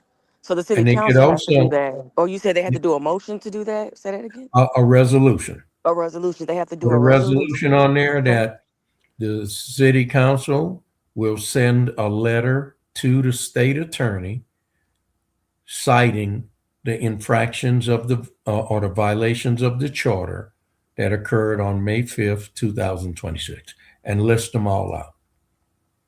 Now I listed it for them and sent it to them. Okay. So if they want to take that in and use it, they can. And If that's they why want you the best, Mr. Porter. You're not even in office and you always helping out. and Always.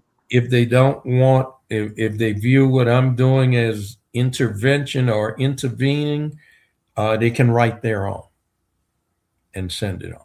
That's right. I Now, agree. the other thing that should happen, because this was a complete violation of the city charter, they have to redo this. So that makes what they did null and void. So really, to correct that, they should put it back on the agenda and do it the correct way. Now, mind you, it won't pass, right? Because Felter won't vote for it, Villard won't vote for it, Fowler will not vote for it. But they get them on record. They get them on record. And I don't know what condition, what influence Jack Roy was under when he wrote that veto message, but I think a lot of you saw that, boy, this was way out in left field, right? He definitely don't want that being read into the record, and he don't want people commenting or questioning or asking questions about the things he put in there in that veto message. Mr. Porter, I'd be remiss in not adding this piece to the cake. You know that if they have to do it over again, now that opens the door back up to public comment. Oh, well, okay, so there's two things here, and they're really technicalities, okay? So follow with me. One is whether or not you can even discuss, have discussion, have comments, public comments about the mayor's veto. That's one issue, and that's a separate issue. And then the other one is, can you vote to override the mayor's veto? Section 2-15C allows the city council to vote to override the veto. So when Trey Gist and Donna Jones told Jules Green that they could not vote to override the veto, that was false. That was a complete, blatant, and intentional violation of the city charter. And everyone can read section 2-15C and see that in there, it does make reference to a vote. If the council chooses to vote on this, they require 2/3 approval to overturn the veto. Otherwise, the ordinance stands. That's in there. So for Trey Gist and for Donna Jones, both of whom been in those jobs more than 30 years. You would think if you've been in a job for 30 years, you know that job very well. I was just about to say that. But if you You're think about it, Mr. Porter, expert. but if you think about it, Mr. Porter, if he been in office, 16? And she been in how long? Yeah. So she was under him most of the time and under Mr. Yes. Randolph, right? Right. That's right. Okay. That's right. They were under both. They were under Randolph and Roy. That's right. So folks, there's 3 issues, 3 violations there. And here's something that my father and my uncle used to tell me all the time.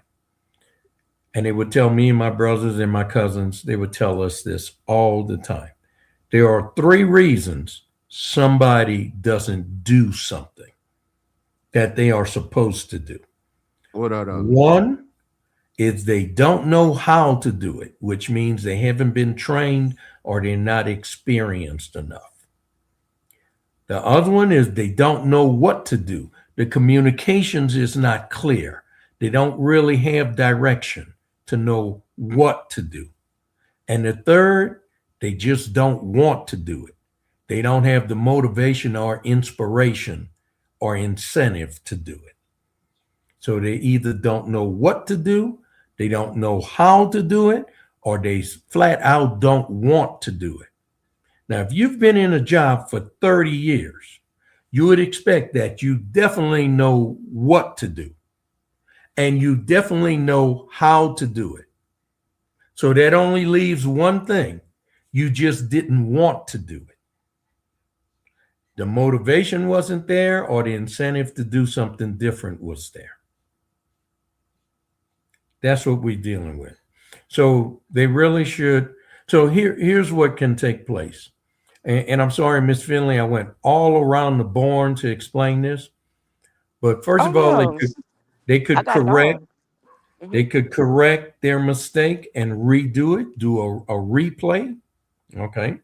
Upon further review, they will replay this.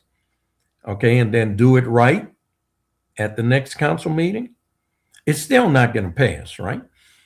But you would get Villard and Felter on record, and you can make that known to the Black community. Because what Jack Roy is doing here in this video, he's pandering to the Black community.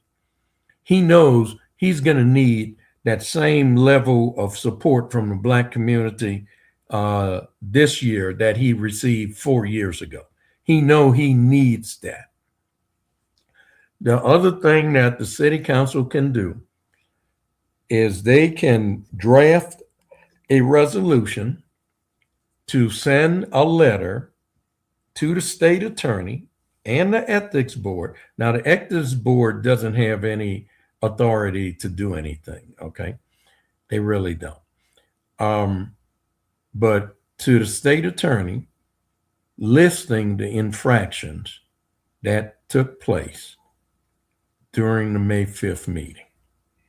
And then the state attorney can decide if they want to prosecute or not. And look, if once they see it's a black-white issue, that group that's in control of the state right now, they're going to say, I was just about you to know say what? that. I was just about to say that, Mr. Porter. Yeah, they're going to say, you know what? You're doing everything that Trump and Landry is doing. You're right on board with us. We're just going to pass on this. We're not going to do anything on this. But it's really the city attorney's responsibility and role to do that. And he was missing in action. He was present at the meeting, but he was missing in action. Deep. Hold on. He was definitely present upstairs.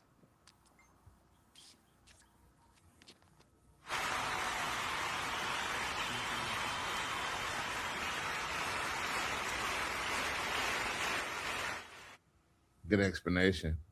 A previous ordinance that allowed a contract that already was signed, exists, and had at least partial or related performances. You follow me? So an ordinance passed to undo that is a vain and useless ordinance because it can't accomplish undoing the written contract. And in the first meeting, I'm trying to be folksy, and I was trying not to let it get into a fight. I even suggested, Mr. Member of the council, you would acknowledge you. You see, I don't like the fact that he doesn't respect Malcolm enough to say his damn name. He doesn't even want to say his name, and that's crazy to me. But either way it goes, if it was vain and useless and it meant nothing, why veto it?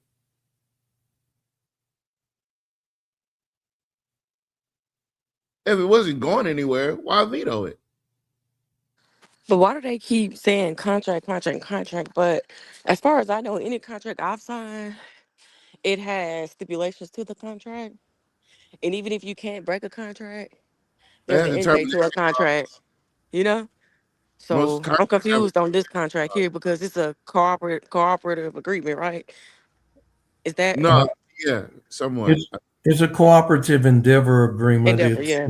an intergovernmental agreement also because Gator is a separate authority. Gator was commissioned by the state. Okay. So Gator is a state political subdivision.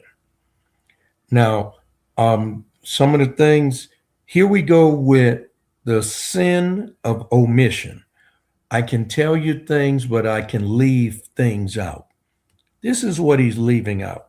The contracts he's referring to, that was signed before the corporate endeavor agreement with Gator was even developed. So the contract he's referring to, the contracts were already in force and executed by him before they went to Gator to try and steal Gator's money. So all that's after the fact. And they were sending Gator invoices that were from before the contract with Gator was signed. So none of those invoices prior to should even be part of this. The other part is the city already paid those invoices. So they were coming to Gator for reimbursement. So it's not like the contractor is sitting there unpaid, waiting for this money from Gator to come so they could get paid. They've already been paid. The city paid them. Now Jock Roy is coming back to Gator to hold them up and hold them hostage and take their money from them. It's highway robbery is what it is.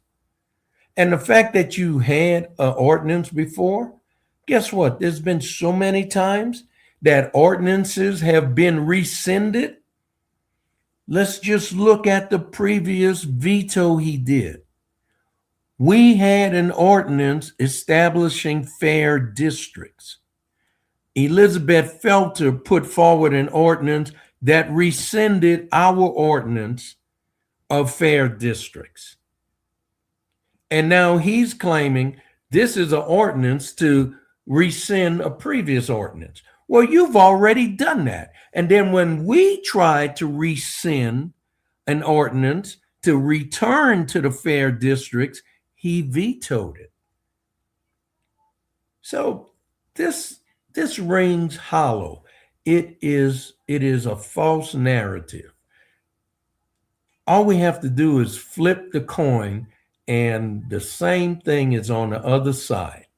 It's just you deciding which side of the coin, and both sides are identical, which side you're going to honor at a particular time. Because the same justification you're using right now, you used against the fair district maps. You allowed an ordinance to rescind another ordinance, and then you vetoed an ordinance to do that. And here you're claiming you vetoed this one because it rescinded a previous one. You can't have it both ways. I got you. Mr. Porter, Brother Kevin had a question. Yeah, here it goes. He said, excuse his ignorance. Is there a reason why the state of Alexandria doesn't seem to ever mess with the Rapides Foundation's money and the projects they fund? Actually, yeah, because that's all part of the good old boy system. And the city of Alexandria gives a lot of money to Rapides Foundation, just like they give it to the museum and they give it to the LSUA. You know, so that's all part of the good old boy network. But yeah, Rapides Foundation money, the city contributes to them as well. So yeah, he's not interested in that. That's his friends, that's his buddies. That's part of his good old boy network. So he's not going to tamper with their money. But you see these group of 4 blacks over here at Gator? Oh, hell no. They're not going to spend that money in the black neighborhoods. We're going to take that money from them. Yeah, they don't need to do that. You can't undo an existing obligation. And the member leaned back and nodded yes. And the member even made comments. And yet it was pushed to do it anyway.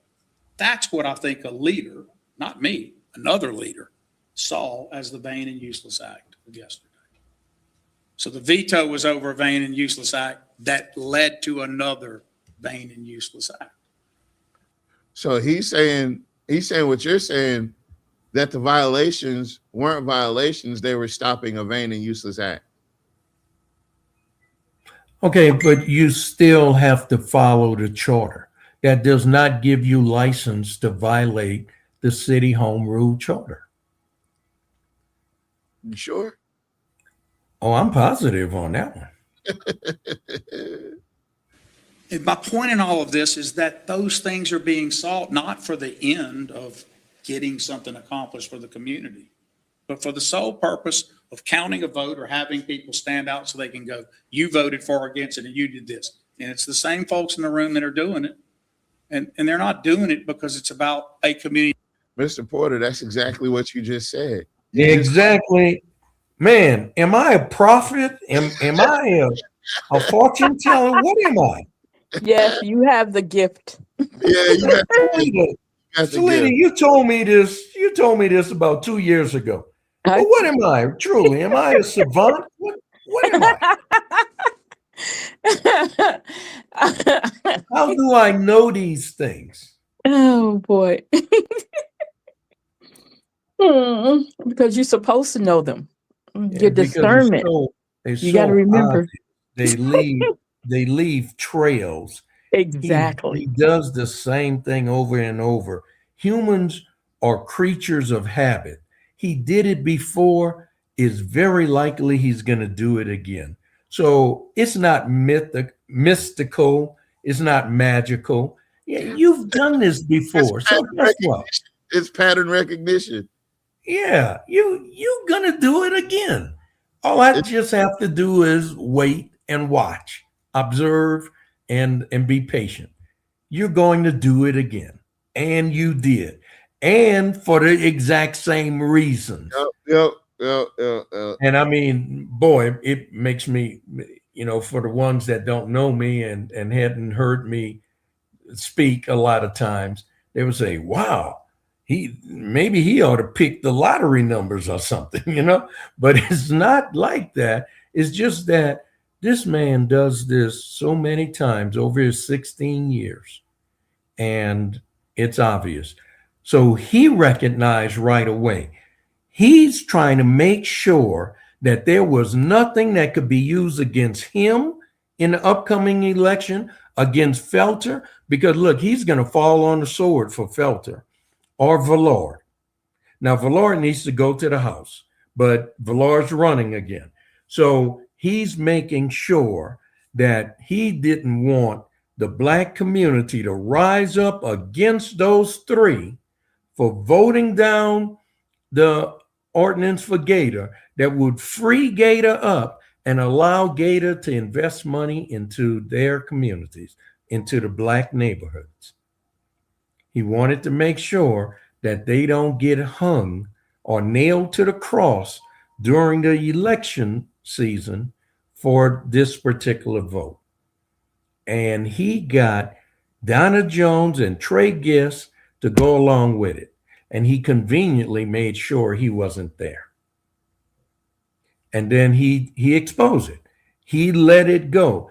Now, if he was truly a smart man, he would not have revealed his inner motives right there.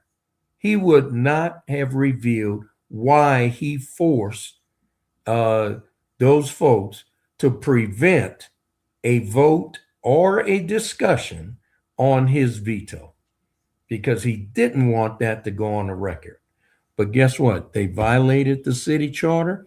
And if the city council members have the guts, if they have the cojones, they could put that right back on the agenda and cite the reasons why, because it was done wrong. So we have to redo it. There's only two that's going to do that, Mr. Porter. We know that. There's only two. Well, you only need one person for a second. Yeah, you only need one. You can make the motion. You only need one homeboy for the second. You got to have down the ride. Well, first of all, what Donna Jones said was wrong because the deadline is Tuesday at 12 noon before the city council meeting, the next city council meeting. So she said they had 2 weeks to let her know, and that's not even required. Okay, so that was totally false. That was a violation. She gave inaccurate, false, misleading information. Trey Gist backed her up with that. Now, he's a lawyer, and lawyers are not supposed to give you false, inaccurate, misleading information. And you know, so we could actually go send a complaint in to the Bar Association on Trey Gist for that and send them the video, as well as the section from the Home Rule Charter. But so with that, either one, Jules Green or Malcolm Lovedane, can request that this is put back on the agenda for the next meeting because it was done in violation of the city charter. We need to redo it. And if they say, no, we're not going to do that, then we need to draft a letter, draft a resolution, and pass it with 4 votes. Well, that's if Cynthia and Gary would vote for it. There's no guarantee that they will. There's no guarantee that they will. And then if it got 4 votes, a resolution cannot be vetoed. Then they draft a letter and send it to the state attorney. I would also carbon copy the United States attorney, and then also send one to the Board of Ethics. Now, the Board of Ethics have no teeth, no claws. They can fine you, but they cannot collect from you. Okay, you pay the fine willingly. That's all they can do. So they're kind of like a paper lion. The ethics board is. But anyway, that's the things that they can do. Mr. Gordon, can yeah. you do the same thing to Jonathan? Yes, but now here's the thing. Jonathan never commented during that segment. He never did comment. So what you could prove against, not prove, but what you could bring against Jonathan is just sheer negligence. Right. Negligence. Because it's his responsibility. If we can prove that it's nefarious, we could say it's malfeasant. Well, you see, the fact that he didn't say anything and the fact that he has a contract lawyer, Trey Gist, to preside over or to be there for the meeting, he could easily throw Trey Gist under the bus. You think that happen? Yeah, but I would file that on him as well. Yes, I wouldn't leave him out. I wouldn't give him a pass. Right. No pass. A development idea, a future project. And so when we stop all that commotion and not say, let's stop, take a break. Your ordinance can't do what you're seeking to do anyway, but I don't want to fight or have to veto or do anything. Let's just all take a break and go home and figure something out. We go spend the time to do this. And the third vain and useless act occurs. The creation of a document in good faith that was met with utter and fulsome bad faith. No real intent to try to resolve it. No real intent to meet, but a series of games. We had this time. You didn't show, Dr. Lewis. Well, he's given me everything that happened. I wouldn't say that's the case. So back to my point with the media. You're not going to see that in the media, guys. You're not going to see anyone uncouple what happened because it will create what people hate the most, an inconvenient truth. I thank you for being willing to do it. The limited time that we spend on things that I'm sure you will take hits for, and that it's all contrived on your end. Same with the council president, which there was no coordination of whatsoever. I can say it won't be believed, but why do you have to point out that there was no coordination? There was coordination, wasn't there? Tells on himself every time he mentions something that happened. Every single time. Mm-mm-mm. So what y'all picked up on is really interesting. Why did he even have to bring up or deny that there was any collusion or coordination between him and Cynthia Perry? Why did he have to do that? Because it was. Yes, because he already knew what it looks like, what it appears to be. So he figured, let me get out front and deny it. But not just him and Cynthia Porter. He's also talking about Cynthia Porter and Curtis. Cynthia Perry. I mean, Cynthia Perry and Curtis. Yeah, right. Yeah, he's talking about Angie Vornado and Curtis Lewis, who was supposed to meet, and Angie had sent times that they're available to meet, and he said he couldn't meet because he's not available until after 3:30. He would have to leave Bolton High School to come over and meet with him. And so he could never make the meetings that the times that they had. And he wanted them to change their times to meet with him. He had time because if you get out around 3, Gator don't close to around what? I said think about 4 5. o'clock. I 4 think they o'clock. work He had time. He just 8 didn't to make 4. time. Yeah. And But look, even if he got over there, say at 3:30, he still would have had time. He would be extending their time. Yeah.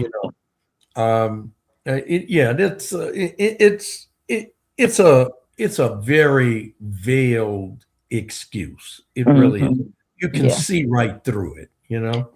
It's a veil that comes over your eyes, but it doesn't block your vision. You can still see through it. Yeah. Hey, Tavares, don't make that mistake again.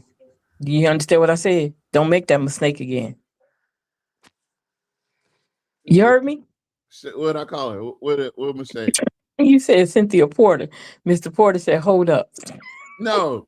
Oh, no.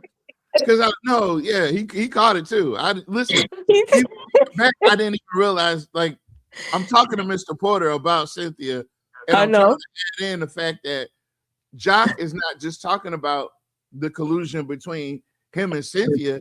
He's talking about the collusion between all three of them. Yeah, I got it. I got what you said, but Mr. Porter wanted to clarify that. That's how you look. That's how you get messy. My bad. Yeah, don't make that mistake again. My bad. You could know it because you know the truth. And I think the president of your council should know that I don't know her full motivation of her vote yesterday. I just know that to me, it showed a leader who sees a vain and useless act and is tired of seeing her council divided. I have not spoken to Cynthia since, and I didn't speak to her before. Wow. Then why you speaking for her now? Wow. Yeah. Wait, You got a lot to say for somebody and have no conversation with her. She called him right after the city council meeting. No, he was sitting up there watching her. Yeah, he was. He spent a lot of time. Look, he's still denying that there were any collusion, right? Yeah. Now, did anybody bring up the fact of collusion? No. Or that nobody said anything. Planned this or you coordinated this? No. You know what? So why does he feel he has to defend that so vigorously, like he's doing? I got a question for you. Who put Curtis Lewis on the Gator board? That was Cynthia Perry. There's no collusion now. Well, then too, he got off without. Well, the way he got off was really suspect. He sent resignation letters to a lot of people except the ones that was actually involved with Gator. He let other people know he was resigning and the effective date, but Gator wasn't part of that communication. So I don't know if there was any coordination there between Cynthia Perry and Lewis, for that. But there was coordination between Lewis and Jock Roy and the other folks. So they all knew that was happening and where he was heading before the Gator folks knew. See? Well, I didn't speak to her since. You see, he says I didn't speak to Cynthia since she voted no, which means, and then he said I didn't speak to her before. So you saying that you haven't spoken to Cynthia at all? Right. Okay. All right. And Ms. Goolsby just put in the comments he resigned over social media. That's Oh, wow. That's how professional. That's how professional he was. Do what?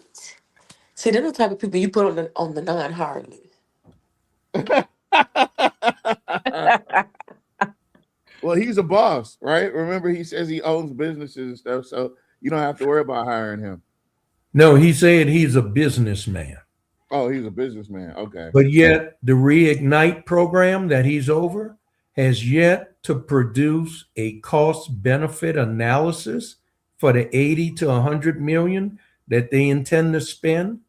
And the primary goal of the Reignite project. Now, by the way, Reignite is a hodgepodge, is a grab bag of different projects. They took a bunch of different projects, throw it in one big bag, and they call that, and they wrote on the outside of the bag, Reignite. And that's going to be 80 to 100 million.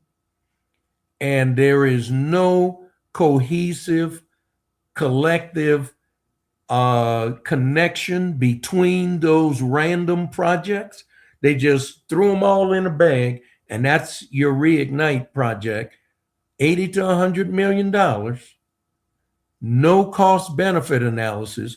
What are we going to get for this 80 or 100 million dollars? That has not been identified.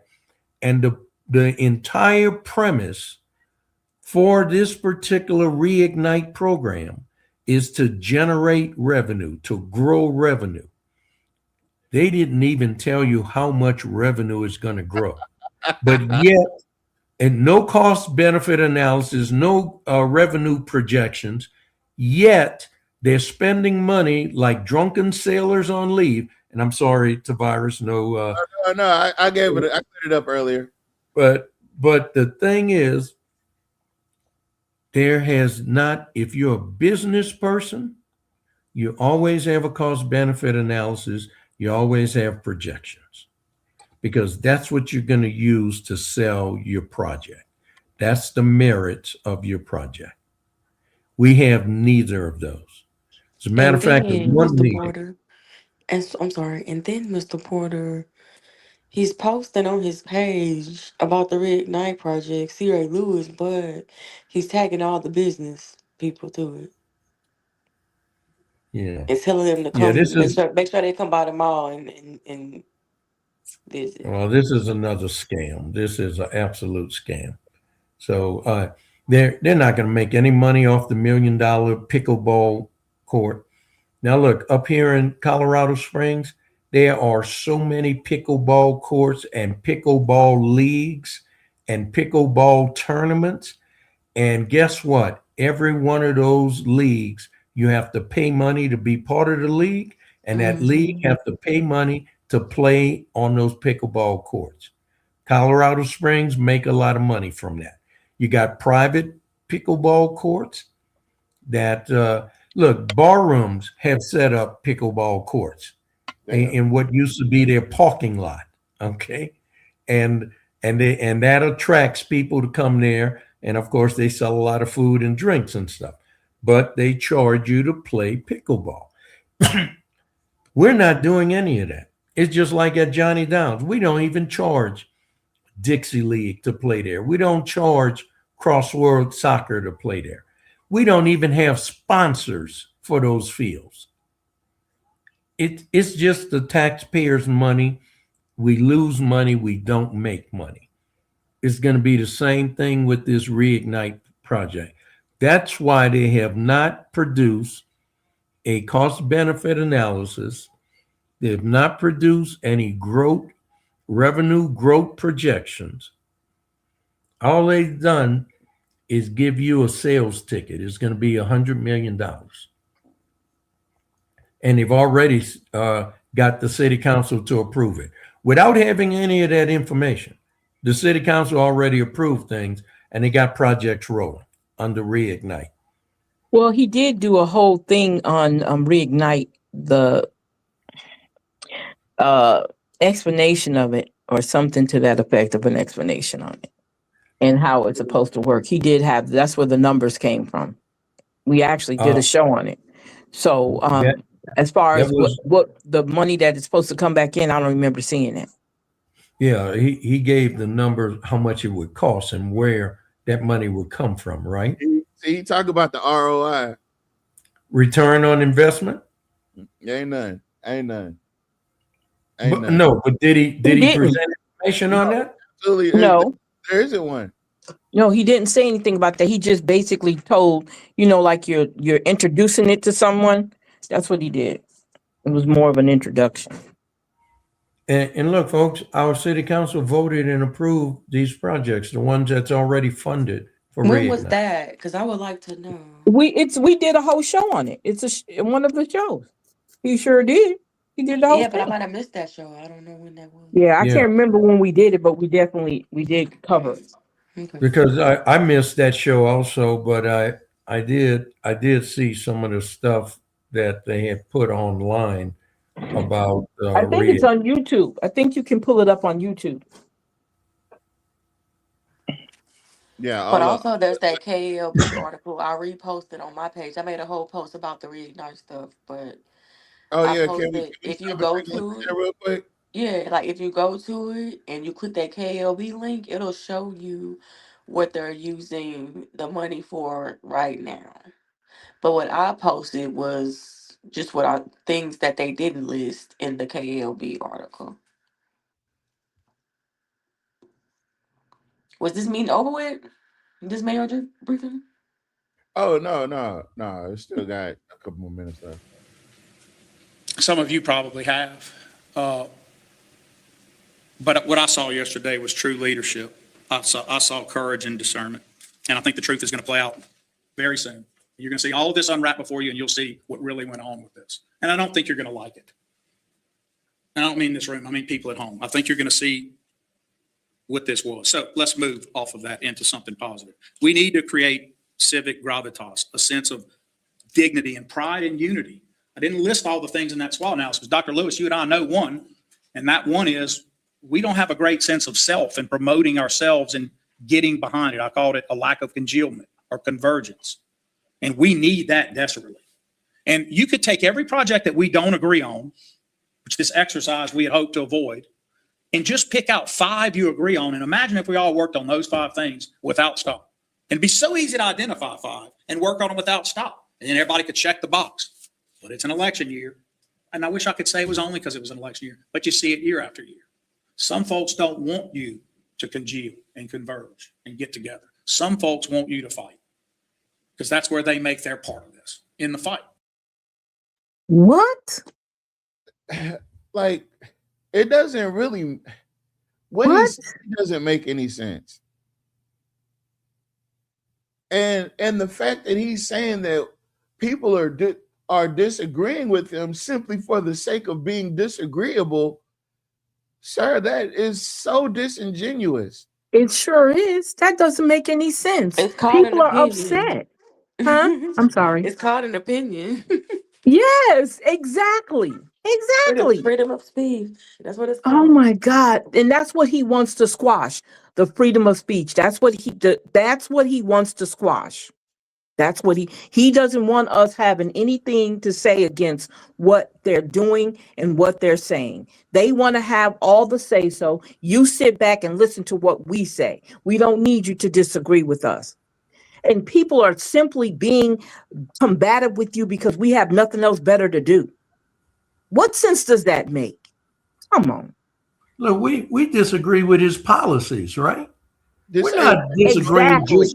just to be obstinate and to be difficult. We disagree. We have a philosophical disagreement with his policies. He has neglected, abandoned, and forsaken the majority of this city. And we wanted Gator to be free of the handcuffs of Jock Roy and the city of Alexandria so that they could pursue economic development in these neighborhoods that really need it. We disagree with his philosophy, fundamental disagreement. He wants the money to go into an old, dilapidated, obsolete building. We want the money to go into these neighborhoods. Fundamental disagreement. Not just because we want to be in opposition. We want to have dissension. That's not it at all. And if that's his conclusion, his deduction, boy, he is really off. He is way off. He's way off in left field. I think If that's what he thinks. He's trying to minimize it. He's not, because if he says anything other than that, it would be highlighting it. But if he's saying what he's saying now, he's trying to downplay it because he knows how powerful it really is. He knows how powerful our voices actually are. And he's trying to dismiss us before we ever get a chance to speak. We're to be dismissed. People like Mr. White are to be dismissed. And yes, he's obnoxious, but hell, it's a city council meeting. And other than him, we'd be in and out of here in 15 minutes and nobody would have anything to say. But now that more and more people are starting to come up to that lectern and they're starting to speak that truth to power, and it's not even questions. We're now adhering to the rules. We're no longer questioning the council because you can't question the council. The only thing you can do is comment. So now our comments are hecklers' vetoes, as he called it so eloquently earlier. So we figure, again, Black people rise to the occasion all the time. You throw one obstacle in our way, we're going to get our point across. And now it's to the degree where he's having to pontificate and wax poetic about Cynthia Perry's ability to fold in front of when she needs to fold. And then you keep pointing out there's no collusion. Well, the guy she put on Gator is sitting here in a room with you while you're talking about taking Gator's money, and she just pretty much overstepped the whole charter. I'm not gonna say it was her. It was a number of people that overstepped the charter about a veto about Gator. So it would seem like I'm no conspiracy theorist, but hell, it's the same players in the same topic. So Tavares, a point that you touched on, I want to add to it. What happened on May 5th could have been avoided had all of the council members, and I'm including Malcolm and Jules in this as well. If all of the council members was knowledgeable about the charter, then they would have realized that, wait, this is not proper. This is not how it's done. And at that time, they could have taken a brief recess, go behind the city council chambers, pull out the charter, and come back and read it. They could have done that. But now, the thing is, as we saw in the December 16th meeting, they know full well what the procedure is. They know what the process is. And they've conducted it correctly, properly. But they didn't do it on May 5th. And you see, and when you have people who don't know the charter intimately, then they can get away with it. Now, I know that Chuck Fowler knew that was wrong. Chuck Fowler didn't open his mouth. I know that Trey Gist knew that was wrong because he did it. He presided over the last veto vote. I know Donna Jones knew the right procedure, the right process, and she was steering it a different way. Now, the thing is, if they had that knowledge, they could have stopped it dead in the tracks. And if there was dissent, they could have taken a recess, walk right back behind the city council chambers, get the book, come back out and read it, familiarize themselves with it. But they still have the opportunity to do this at the next meeting. They always have two computers sitting in the room with them. Goins and Caffrey always have a computer sitting in there with them. So Goins was in there, so he had a computer. You can easily pull up the ordinances or have it at least Oh, no, bookmarked, considering she that you're an read attorney. the ordinance in the record. She Huh? read the ordinance. I know. Well, I'm she saying cited when they the violated ordinance. it, he could have pulled up the city charter. Right. Yeah. He But always look, has a computer sitting right there with him. right. But Shamir, here's the other thing. When you go to the city charter, first of all, it's kind of difficult to find. It's Oh like a yeah, maze. But yeah. once you do find it, then section 2-1 to 2-20 doesn't pop up because it's under reserve.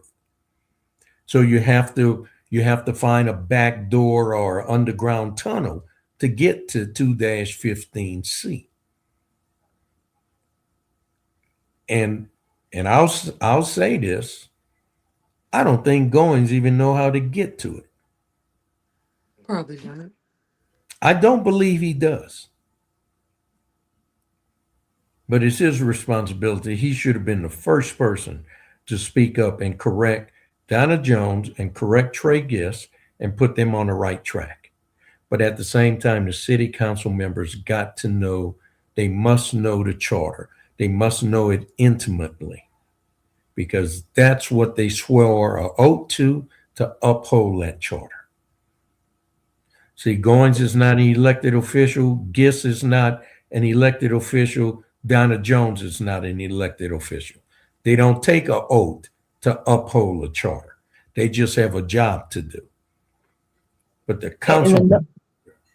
Another thing too, Mr. Porter, excuse me for interrupting you. You know, even when we talk about the charter on here, some parts of the charter we know because we've talked about it enough, and we're not elected officials.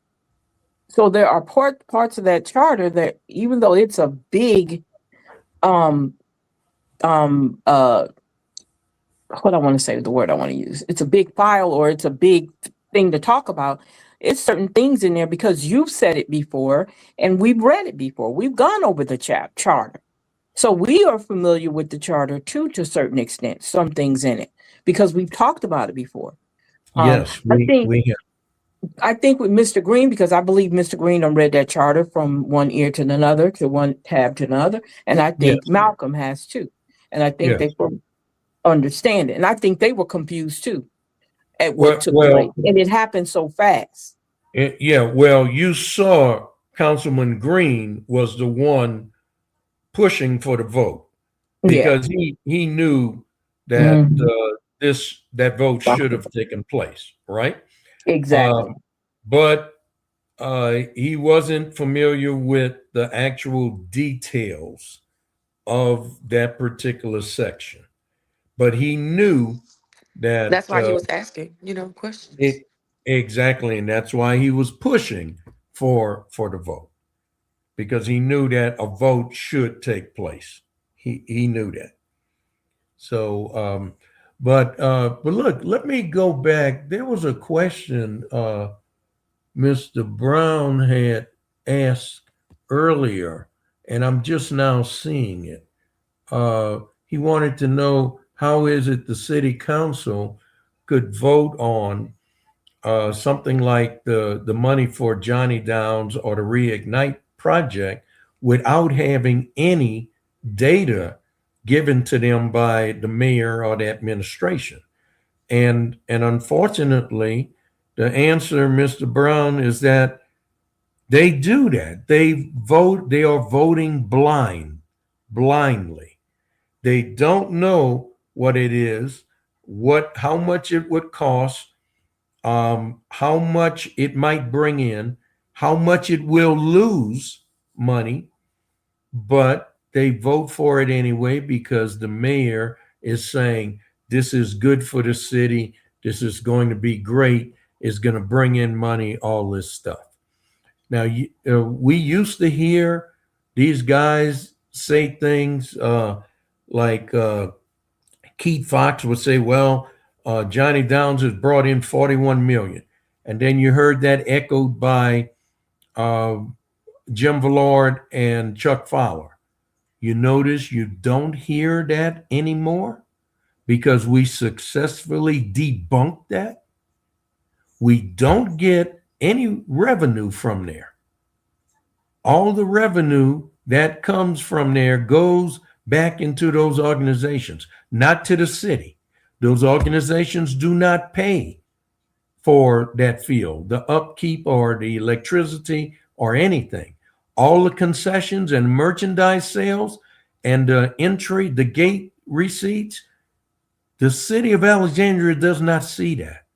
So those folks are getting a free place to conduct their business. They don't have to pay rent. That's like if you had a house and you didn't have to pay a mortgage, or you had an apartment and didn't have to pay rent and didn't have to pay for your utilities.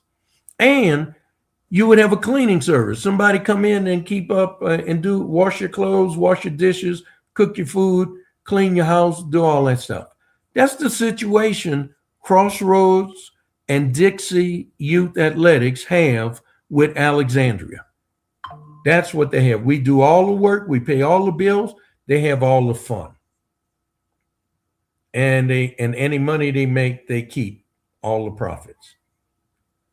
And unfortunately, they've been sold this myth that it brings in money, it makes money, and it does not. Same thing with the golf course, same thing with the zoo. Neither of those three make any money. We pay all the money, all the expenses.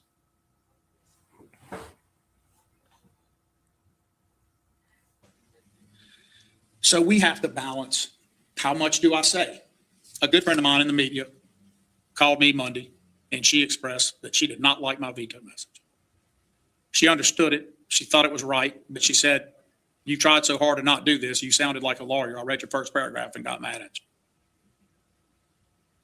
I reread it about 10 times and I got mad at me. Listen, some things have to be legal and you do them thinking it's time to tell the story. It needs to be clear. And then you realize there's multiple audiences that look at everything we do. And so there's a thing called economy of the message, and the economy of the message you can say in 2 paragraphs.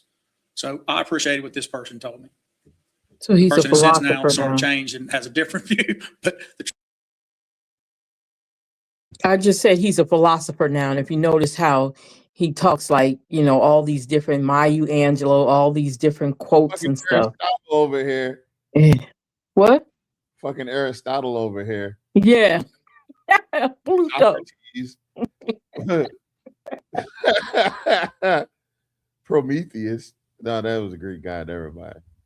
the truth is, I get it. I accept the criticism, and I want the council to know that the message was not directed at all members of the council, nor was it directed at all commissioners of GATA.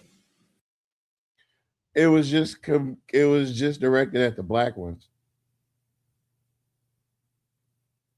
Yeah, I read the message, Jock. It wasn't directed at everybody. Of course, it wasn't directed at Lizzie or Chuck or Jim,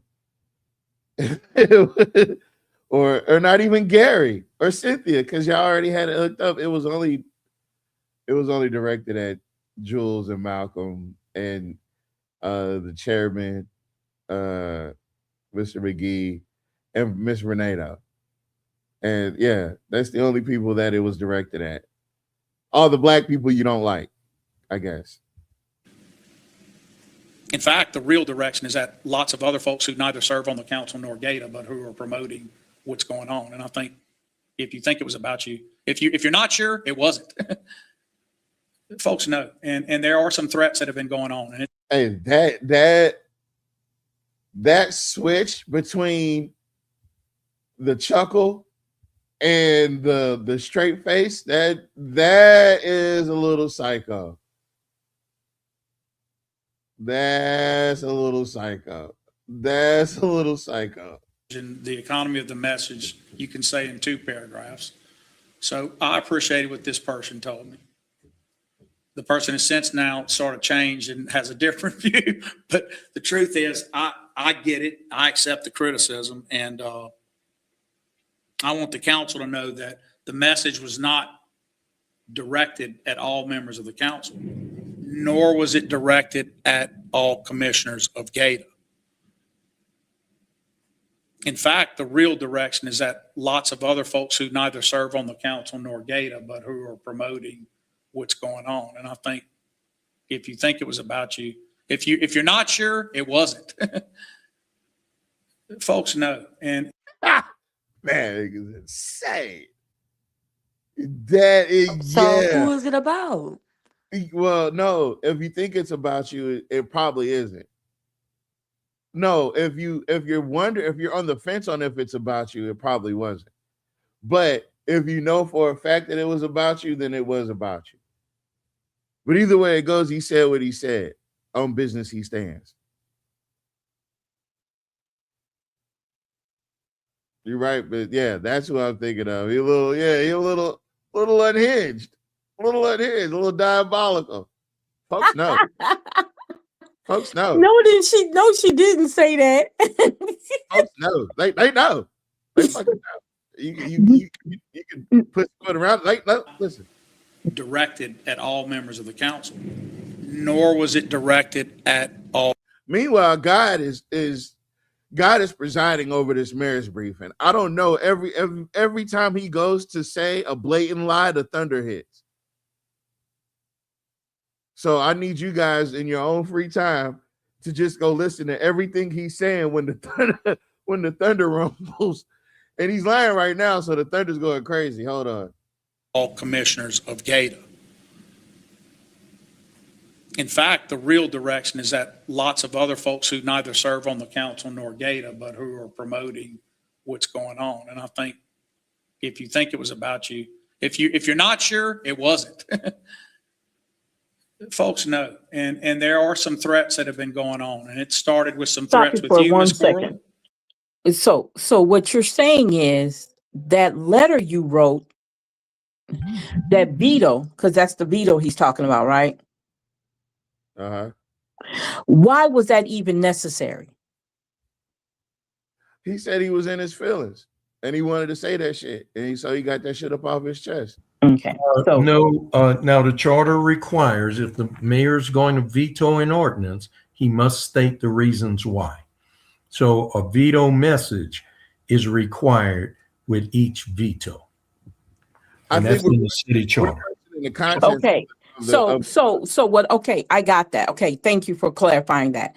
So your personal feelings can be in the veto letter message, or could it be directly talking about the reason why the veto took place and the pros and cons of why you did what you did? So is it a personal thing, or is it a message that needs to be clarified to the people or the council on why you veto?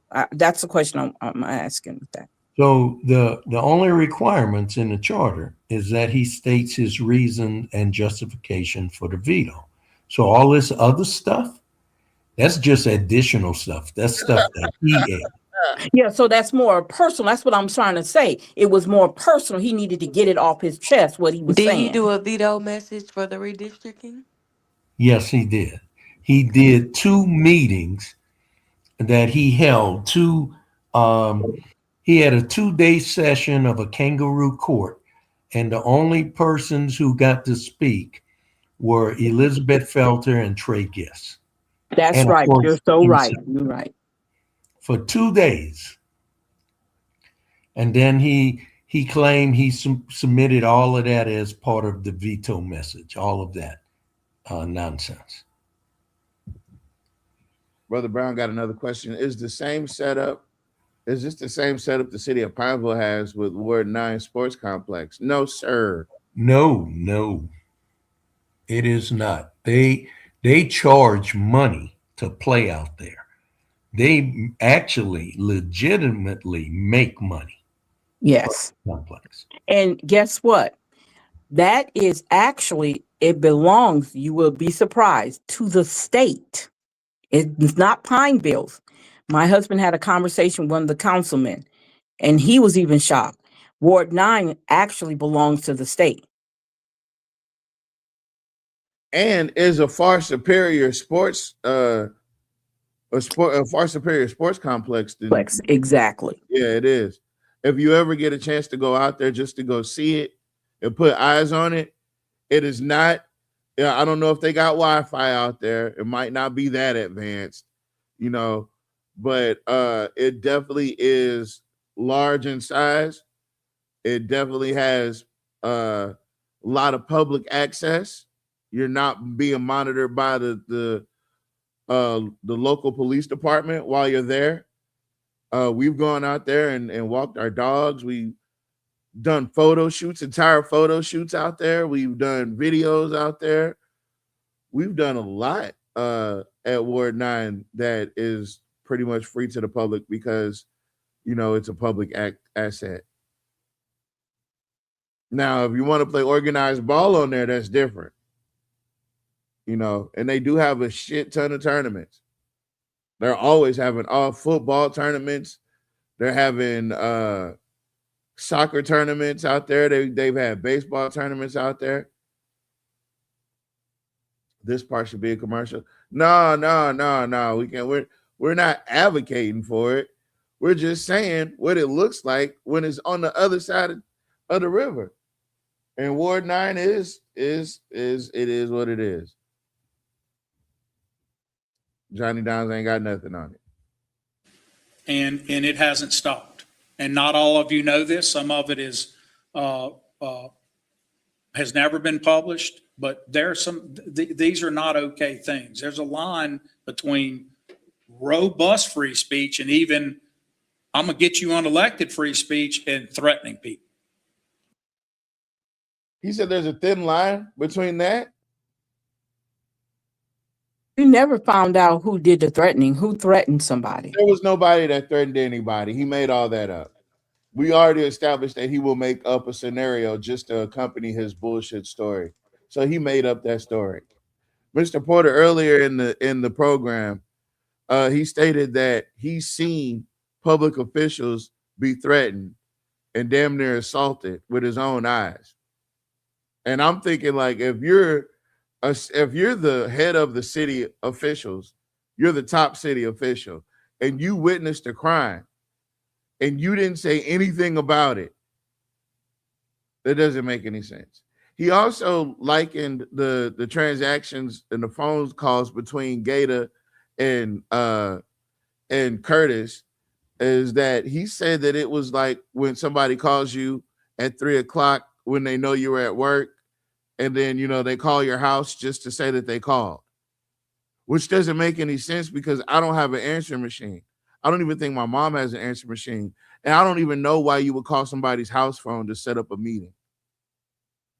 So none of it makes any sense. He's willing to lie. As long as he's got a room full of people that makes him feel okay with the lie, he'll say it. And he's in a room full of people that'll let him be okay with the lie. So he's saying all the things that he thinks, like, it's flying past them. They're in agreement. They're not even questioning it. But the fact that we're here and breaking it down. He probably made that mandatory for them people to be there. He probably did. I'm not gonna lie. And so I want everybody to remember that records are important to make, and that's some of what we do. I am always caught in this catch-22. The more I say, like today, the more I give room for you're doing it too. Well, if you're saying Gate is doing it, now you're doing it. So, well, actually, you did it first.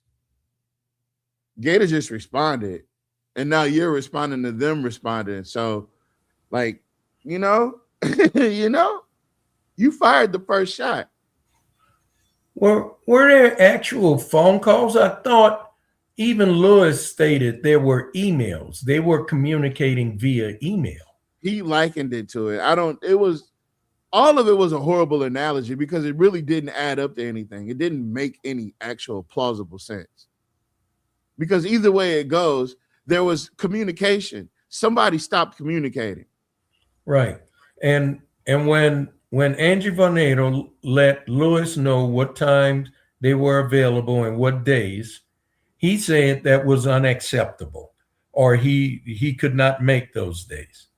And it had to do around the time 3:30. So I guess that's what time he gets off. I don't know. Maybe Jock should have picked a better ambassador, one that could go and meet with Gator. No, look, Jock never had any desire to reach any kind of amenable agreement with Gator. That's why he assigned Lewis to that. He knew Lewis had some issues with Gator, and he knew it would be contentious and confrontational. He knew that. That's why he assigned him there. But look, at the same time, Lewis is not a city employee. Therefore, he cannot serve as an agent for the city. So anything that he would negotiate with Gator would not be honored or acceptable to the city. He gave him a title, Mr. Porter. Okay, but if he's not a city employee with the designation of being an agent for the city, he cannot do that. For instance, neither of the city council members are agents of the city of Alexandria. They cannot go out and negotiate any contracts on behalf of the city or make any commitments on behalf of the city. So now how can a citizen do that? They have to have a certain position with the city and be designated as an authorized agent for the city of Alexandria. And unless he can present documents like that to Angie Vornado, she doesn't even have to meet with him. I'm wasting my time. Send me somebody, who can actually make decisions, who can actually negotiate something that is binding and committing.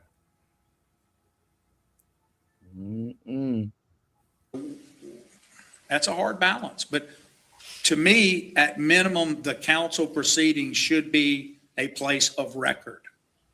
I'm not saying you swear in people at the mic. I'm saying it's a place of record, meaning if you're going to present something as officials, it ought to be true. I'm not talking about whether Mr. White can take the mic and say his opinion on free speech, military, police.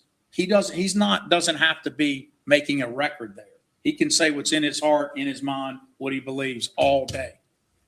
And so can anyone else for that matter. But if you're coming as an official to present to the council as an official body associated with the city of Alexandria, it ought to be truthful.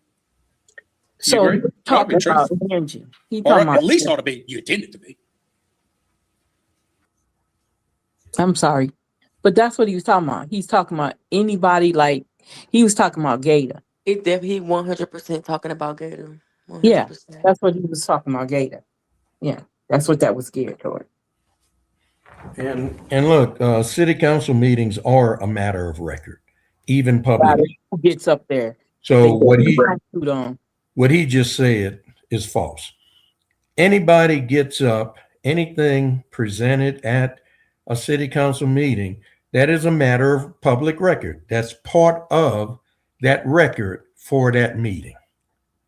Now, his mayoral briefings, those are not records, public records. So he could delete those or whatever. Okay, that's just his bully pulpit where he can get up there and preach the gospel according to Jock Roy, with all his fallacies in it. Because you see, no one else can participate in that. This is strictly him. It's one-sided. There's no interaction between him at the bully pulpit and anybody that's sitting in that audience or the gallery. It's totally one-sided. But the city council meeting is a matter of record, and they must retain that. Jonathan Goins said this, and I'll end this part of it on it. Council, I mean, you're the parent, right? GATA is created by state legislation and authorized you and you alone to spring it into existence or not. And you alone can deal with that. I have done every good faith effort I can make from the time I came back in the office to work with them. And at every turn I'm accused of just bald-faced untruths. And you guys know it and the staff knows it. I think Dr. Lewis has probably learned it over time. And I don't think he always thought that. And I think he always thought that. So, good faith effort? Not at all. You launched a hostile takeover. You did a syndicate action. This was mob type activity. You use poor, foolish, ignorant Reddix Washington to put forward an ordinance under the guise that this is a way you can get back at Malcolm Larverdane. You can replace the person he put on GATA. And this is how you do it. Here's this ordinance. You change the term limits of the GATA board members, and you can replace your GATA board member. You don't have to wait until a 4-year term expires. That fool took it and ran with it. And so he replaced McGee with Katz. And then what happened? Gary Johnson, none the wiser, he did the same thing. He replaced Ms. Goolsby with Morgan. And then after that, you couldn't say a thing because 2 of the black council members did it. And then what happened on the heels of that? Reuben replaced Miss Candace and put Gregory Upton on there. And then Felter replaced, I forget who Tracy Snow, and put Callis on there. And now the takeover was complete. They totally took over GATA. And then Greg Upton coordinated where the 4 of them, Patel, Carroll, Upton, and Callis, would never show up, never attend a regularly scheduled GATA meeting.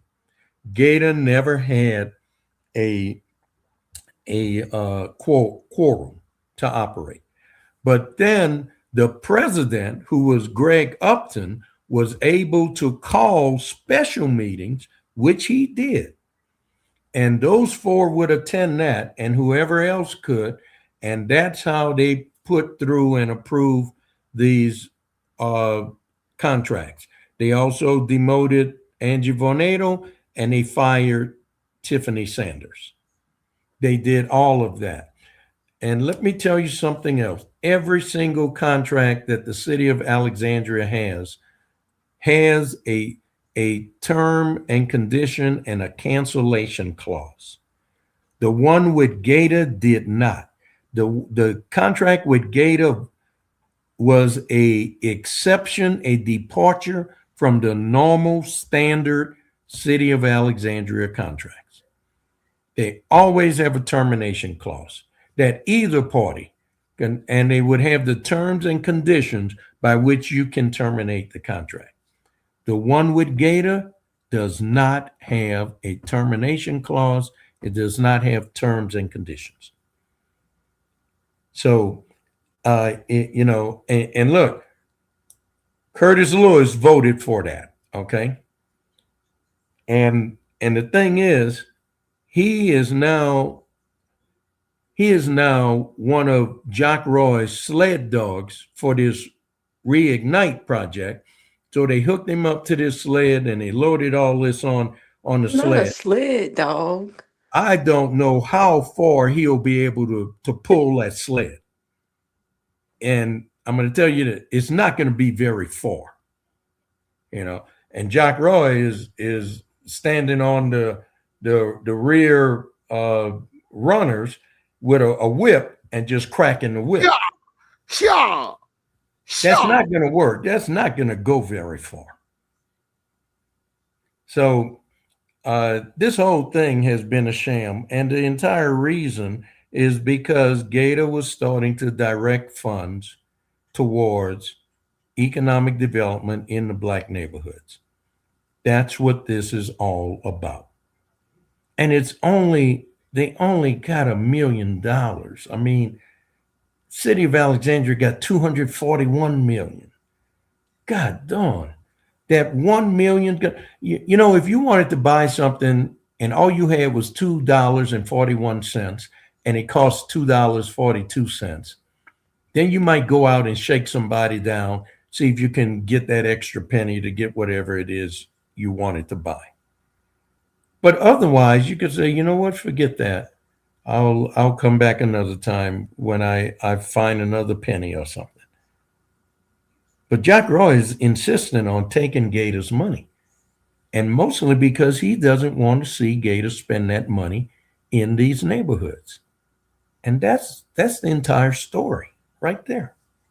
That's why all those projects that all those projects C. Ray Lewis presented, none of them were in any of those areas that Gator wants to serve. They were all reignite projects. All of them. That's why he's the ambassador. I mean, it couldn't be more prevalent, guys. And we're not beating a dead horse. We're just trying to stress the point. Like, if you don't want to get it, that's one thing. But if you're getting it and going along with it, that just means that you're not for right. You just want to, it's a heckler's veto. See what I did there? Now, look, remember you guys when they were trying to force them into buying bonds to get bonds? Remember that? Yeah, they were going to use Gator to float bonds. He was going to do that. They was trying to force Gator to get some bonds. They was going to force Gator in-house, and they were going to use Gator for bonding, and they were going to use Gator to float bonds because Gator could, can if they wanted to. And again, let me just put this out there. Being that Gator has, as far as I know, a far better bonding rating than the city of Alexandria, I think, for me personally, I think Jock is afraid that Gator might go out for one of those bonds and actually do something in one of these black neighborhoods. Or all these black neighborhoods.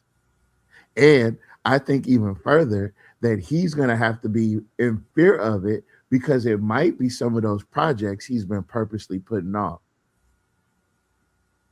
Because I guarantee you, if Gator really wanted to, once they're done with this, once they're under the grips of Jock Roy, I bet you they would explore getting Cheatham Park done way before 2030. And guess what? The city would have to work with them. They would have to. Because that's what the state put them there for. So it would be a lot sooner. Look, this is my interpretation of the state statute, and I encourage everybody to read it, the statute that created Gator back in 2003. It does not state that Gator is a subdivision or a group that's under the city of Alexandria. They are on the same level, and it doesn't state that they are controlled by the city of Alexandria. None of that what Jack Roy is stating is true. They are not a subsidiary of the city of Alexandria. They're equal co-partner. Now, as long as they are advancing economic development in Alexandria, they're fine. They don't have to do the projects that Jack Roy decides they have to do. They could have their own projects, but those projects need to be in the city of Alexandria, and it needs to spur economic development. They could work on parallel paths. If Jack Roy wants to remodel and refurbish the Wise and Gold Ring building, he can do that. And then Gator could be doing something else. As long as it's contributing to economic development in the city of Alexandria. It does not have to be the projects that Jack Roy chooses. And that money is not Jack Roy's money, contrary to belief, contrary to his statements. None of that is an interpretation of the statute that created Gator. That's just all in his mind. That's a fallacy, a figment of his imagination. That's all. But he did say we could get 5 projects together and we can agree on them and we can work on them. He did say that. Certainly, if Gator wanted to collaborate, if they had a project and the city wanted to be partners, they can definitely do that. But they're not forced to do that. So they could operate independently as long as they are fulfilling the intent of the commission, the statute that commissioned Gator. Now, I wanted to answer this question. When they spend $1 million, it's as long as they're not being bankrupt on purpose, it gets funded again. It's annual tax that funds Gator. Well, now look, Gator's money come in from hotel stays inside Alexandria. Right. I think it's a 4% tax. I forget what it is, 3% tax. Right. Maybe Ms. Goolsby no, but it's something like that. Okay, so every year, whenever someone stays at a hotel inside Alexandria and they pay their bill, 3 or 4% of that comes to Gator. So Gator, that's where they're getting their revenue constantly. Now, if Gator goes out for bonds, they would be going out on the basis, on the strength of what comes in every year from hotel motel stays. And that would determine how much interest they could pay, and the amount of interest they could pay would determine how many bonds they could float on the market. But if they're not able to pay their bonds, if Jack Roy is stealing their money and they can't pay their bonds, they would default and they would have to close. So, okay. Yeah, I wouldn't encourage Gator to go out for bonds until they're in a very solid position where they would have 18 months of interest payments already in the bank account. And they would set that aside almost like in an escrow account and not touch it. And once they get to that level, then I would recommend, or I would say Gator could go out for bonds at that point. But until they reach that level, no, they shouldn't. But see, Jack Roy don't care about that. He does want to bankrupt Gator. He'll have them stretched so wide and thin, so far and thin, where they couldn't make their interest payments. And then they would default. And when they default, the state would have to come in and satisfy the creditors. So that's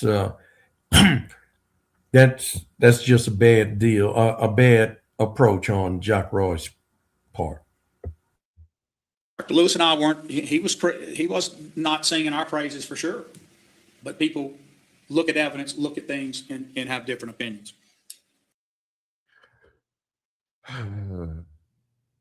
So people look at evidence and they have different opinions. So the evidence is leading people to believe. Never mind. This thing with Gator's got to get better. It's just got to get better. And if that means that other institutions need to take a hard look, then they need to. But we're happy to show what we've done in this regard, and the threats and the accusations that are false, because it's a political year, we're going to have to set some of those records straight. All right. All right. So what threats, what accusations? Somebody enlighten me on that. No, Oh, sir. by the way, thank you, Ms. Goolsby. Gator gets 4%, and they get it based on hotel stays, heads and beds. And then Mr. Brown asked, why doesn't the council members get with their Gator appointees? Right now, they can, and they do, because now in the past, once you appoint a Gator commissioner, they were in there for 4 years, unless they committed a felony, unless they passed away, or unless they resigned. They were in there. Their term was fixed. So you could approach your appointee, but there was no fear of them being replaced. They had their entire term, and they could vote their conscience, so they had a measure of independence. But now that's no longer the case, because they can change a Gator board member at the drop of a hat now, thanks to Reddix Washington. And so if you're a council member and you don't like the way your Gator board appointee is voting, then you can replace them. But in the past, you had to do your vetting, you had to do your research on the individual, and once you appoint them, you needed to feel confident that that was a good appointee. They would make some good decisions, and because they were in there for the 4 years. That's not the case anymore. So, the council members can talk with their Gator board members and kind of twist their arms also, And see, Mr. Porter, it's very important that you pointed out how this all came about. And the initial thing, and you said this, was when Reddick Washington went in there and dug up an old ordinance and renewed that ordinance. So when we say that, they went back 11 years later, 11 years ordinance that they had with Gator in I guess it was the prior. Yeah. Prior. Look, Jack Roy is the one dug that up and gave it to that up. That's right. Because Reddix Washington had no clue. Okay? Didn't know that was going on. So you look at those two patterns right there. Then let's talk about the idea that Lizzie Felter started it out with that scathing letter saying that Miss Bernardo wasn't qualified. Now, Miss Bernardo was the assistant director, his assistant all this time. So why wouldn't she be qualified to do the job when she was already doing the job? For 23 years. Yes, 20-some years. So when you look at this whole dynamics, and this is why it's so important that you guys pay attention to how politics work, because this is political. He can say whatever he wants. This is him being political, because there is no need for him to be messing with Gator. There's no need for him to be doing nothing with Gator. But he doesn't want to see a Black woman. First of all, it's the only group, it's the only organization that has taxing authority that's ran by a Black woman. That's the issue. They don't want that. And it's not only him, it's some other white folks that don't want her to have that power. It's the business community. Yeah, it's the business community. They don't want her to have that power.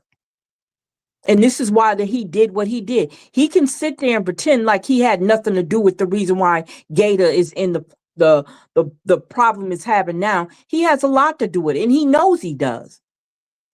That's why he's always over-explaining his relationship with Gator. Are about. That's what I feel the deflections are about. Is that he knows that he's had a hand in all this. Yes, exactly. And so now he's trying to silence the people that are going to say it. Exactly. Because if that's the case, bro, the ketchup's out of the bottle, champ. It's not going back in. We like everything that we're saying can be it has a line and a dot that goes to it. And it's not just a series of unfortunate events. These are all things that happened in conjunction with each other. Right around the same time, you and Reddix were working together. Remember with the Gator thing? You also backdoored and turned around and turned them into Restore, right? I think Restore was before the Gator thing, and then then the whole Gator thing went down, and you removed Steve McGee, and you put in Paula Porter Katz, and it's just been a whole bunch of shit, and Jock's been at the front of it, and he's been trying to stay out of it, but now it's gotten so bad. You mean Deborah? Deborah what? What did Deborah do? Deborah is public enemy number one. If you're talking about the black economy in Alexandria, Deborah Randolph is at the head of it. But she's the one that's definitely participating and holding it back. But Jock isn't empowering her, asking her. You never noticed that he can ask them for sponsorship and Mr. Porter, cover your ears. We can get sponsorship for a fucking Ferris wheel in the middle of goddamn downtown for 2 days from every goddamn major company in Alexandria. But if you ask them to partner with the city to do something like Royal Martin could partner with the city to rehab Cheatham Park. They could do it, no problem. Pan American Engineer can partner with the city and rehab in Cheatham Park. No problem. The cooperative endeavors already exist. But Jock told you 2030. They got a Ferris wheel. They get a fucking ice skating rink in the middle of downtown in 78-degree weather every winter fed. But we can't get Cheatham Park fixed. They can't allow the Board of Education to purchase it. Man. Yes, the business community, sir. Oh yeah, Deborah. Well, yes, you are correct. The business community is Deborah Randolph. You're right. He's up there doing her bid. We went through the SWOT analysis. I want you to think about how this corridor can help us get through this unhealthy self-deprecation, Dr. Lewis, that we've talked about. I will announce that I have asked Dr. Lewis to be the civil chair, the non-elected, non-in-city government. He is not paid, despite what anyone says, to be on the community side of bringing. Hey, he's reading that Facebook comment section. He's keeping up with C. Ray Lewis's Facebook comments. Because there's only been 3 people to accuse C. Ray Lewis of being a paid agent for Jock Roy. I'm one of them. I know the other one, and I know the other one. And the only place that's ever come up is on Facebook. So he is monitoring C. Ray Lewis's Facebook account. If he don't got access to it, you know how those people do, But Mr. Porter, what do you think about this title?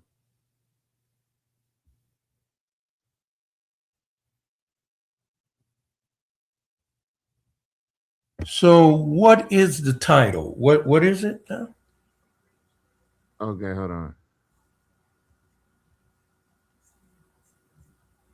Opinions. This thing with Gate has got to get better.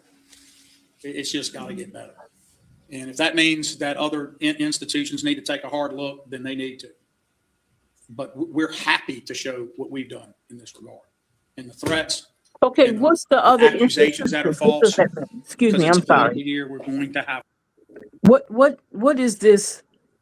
What is these other organizations? What is he talking about? I'm confused. Institutions, he's talking about taking it to court. Yeah. And Yeah. The issue is also has nothing to do with election year. I think this happens all the time. Ever since you got in that position, people have a right to question your motives on how you do things. So this has nothing to do with election. You're out of line for questioning his motive. Exactly, but it has nothing to do with election. So he needs to stop that. So what? And these threats and accusations, I have no idea what he's talking about. He doesn't know what I'm telling you, he makes up stuff just to say it.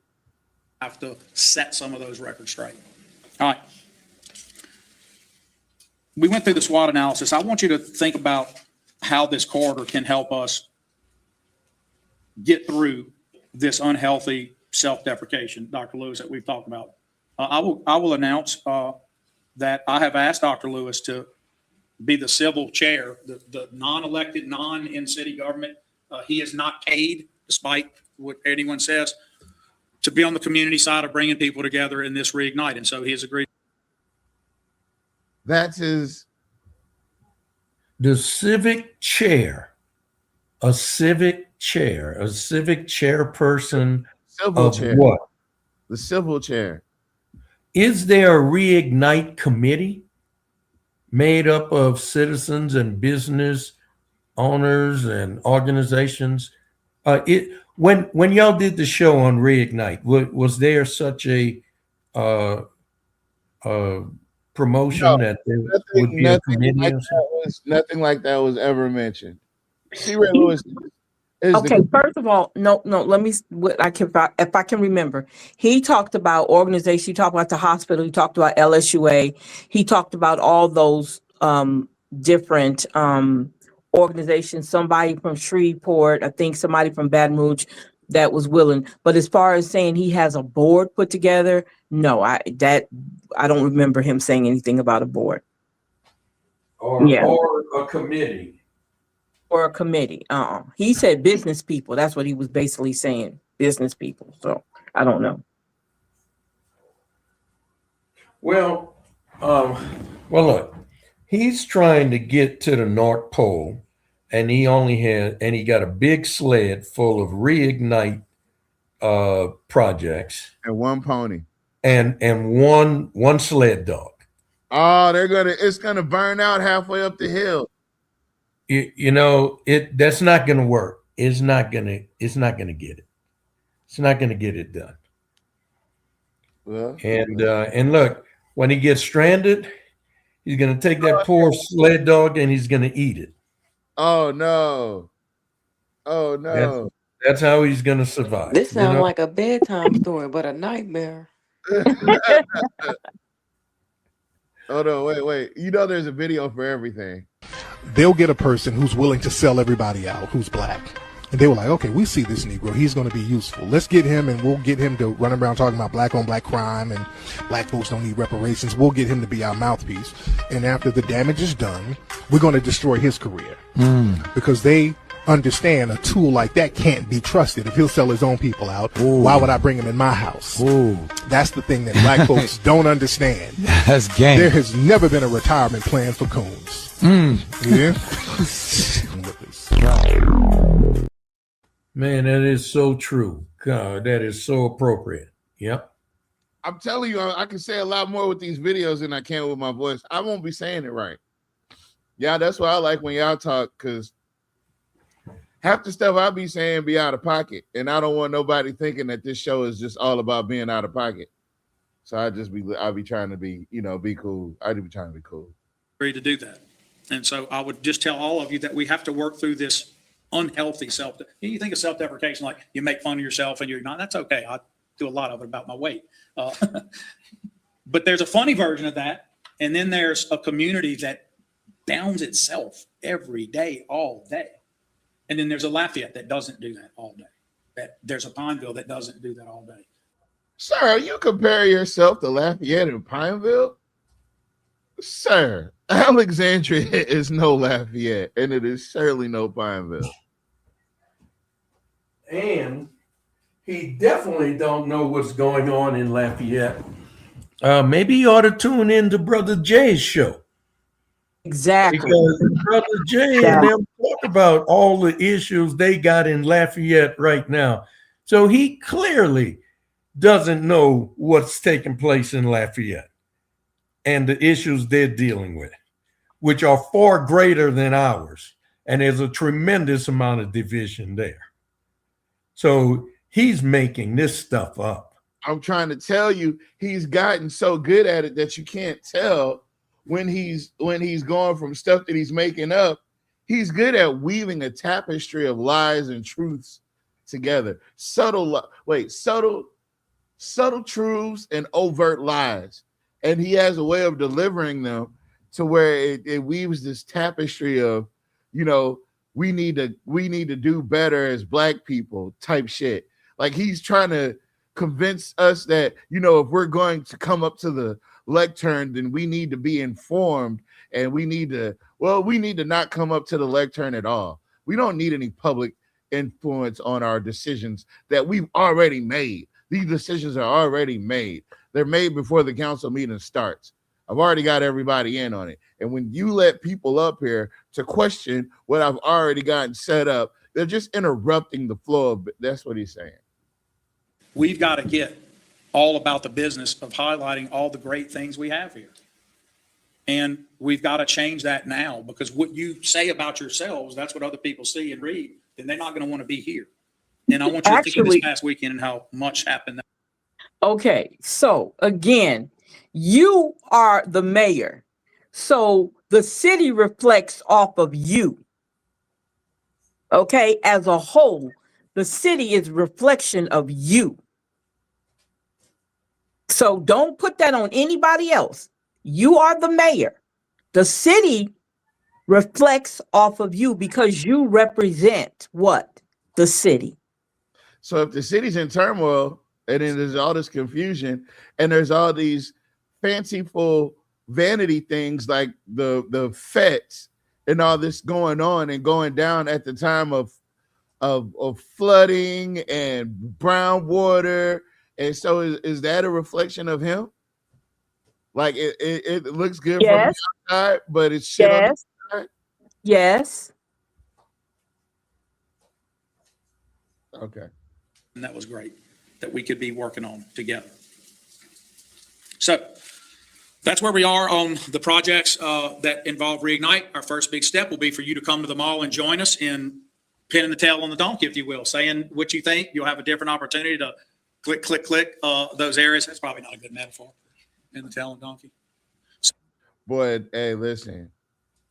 I've watched a lot of people shake out of what they be on and come to realization, you know, have whole conversations with themselves. And they shake back out of it like real quick. They zone out and zone back in. Now, some of that might be schizophrenia. And I'm no doctor.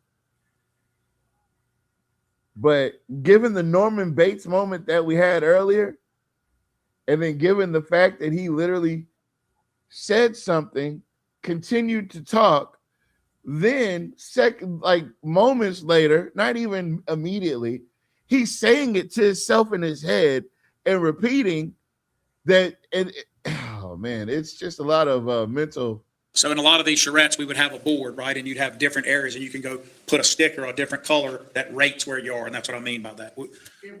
There will be that. Okay, good. Then still the metaphor wasn't right good.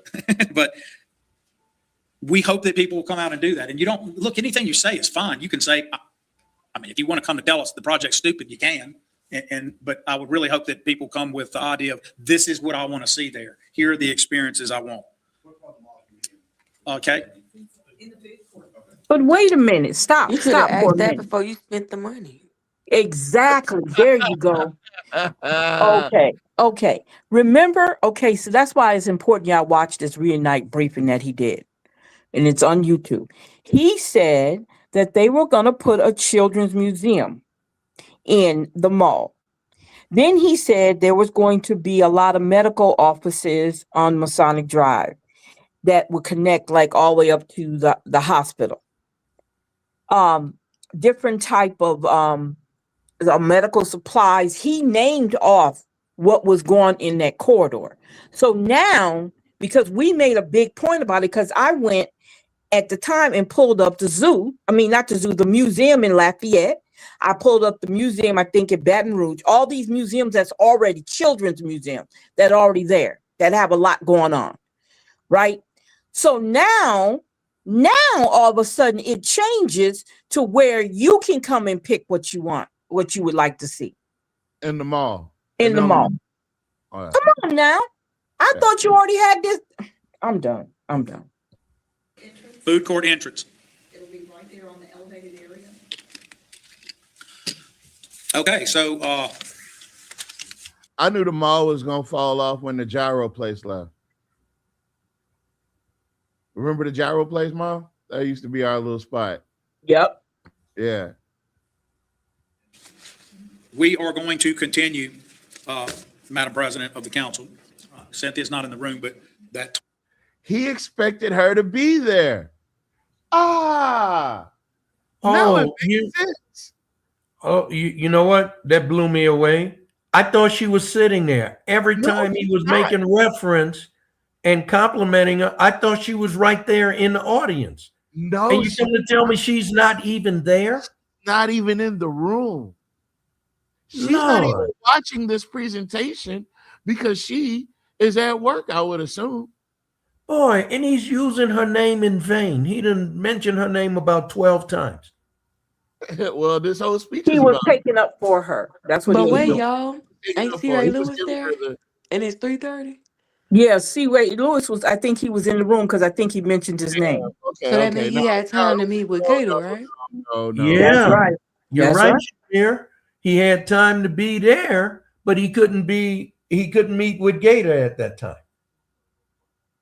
Another setup. Doing stuff on the up and up doesn't work for them.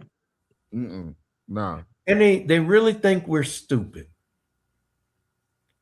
Or else, maybe they so full of themselves they don't realize that we get you see, it. When you tell a lie, you got to tell another lie to cover up and back up your previous lie. Yeah.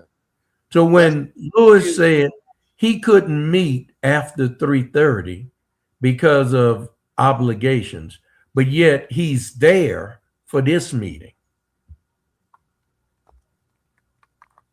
Obligations, baby. You got to do what's important to you. Hold on.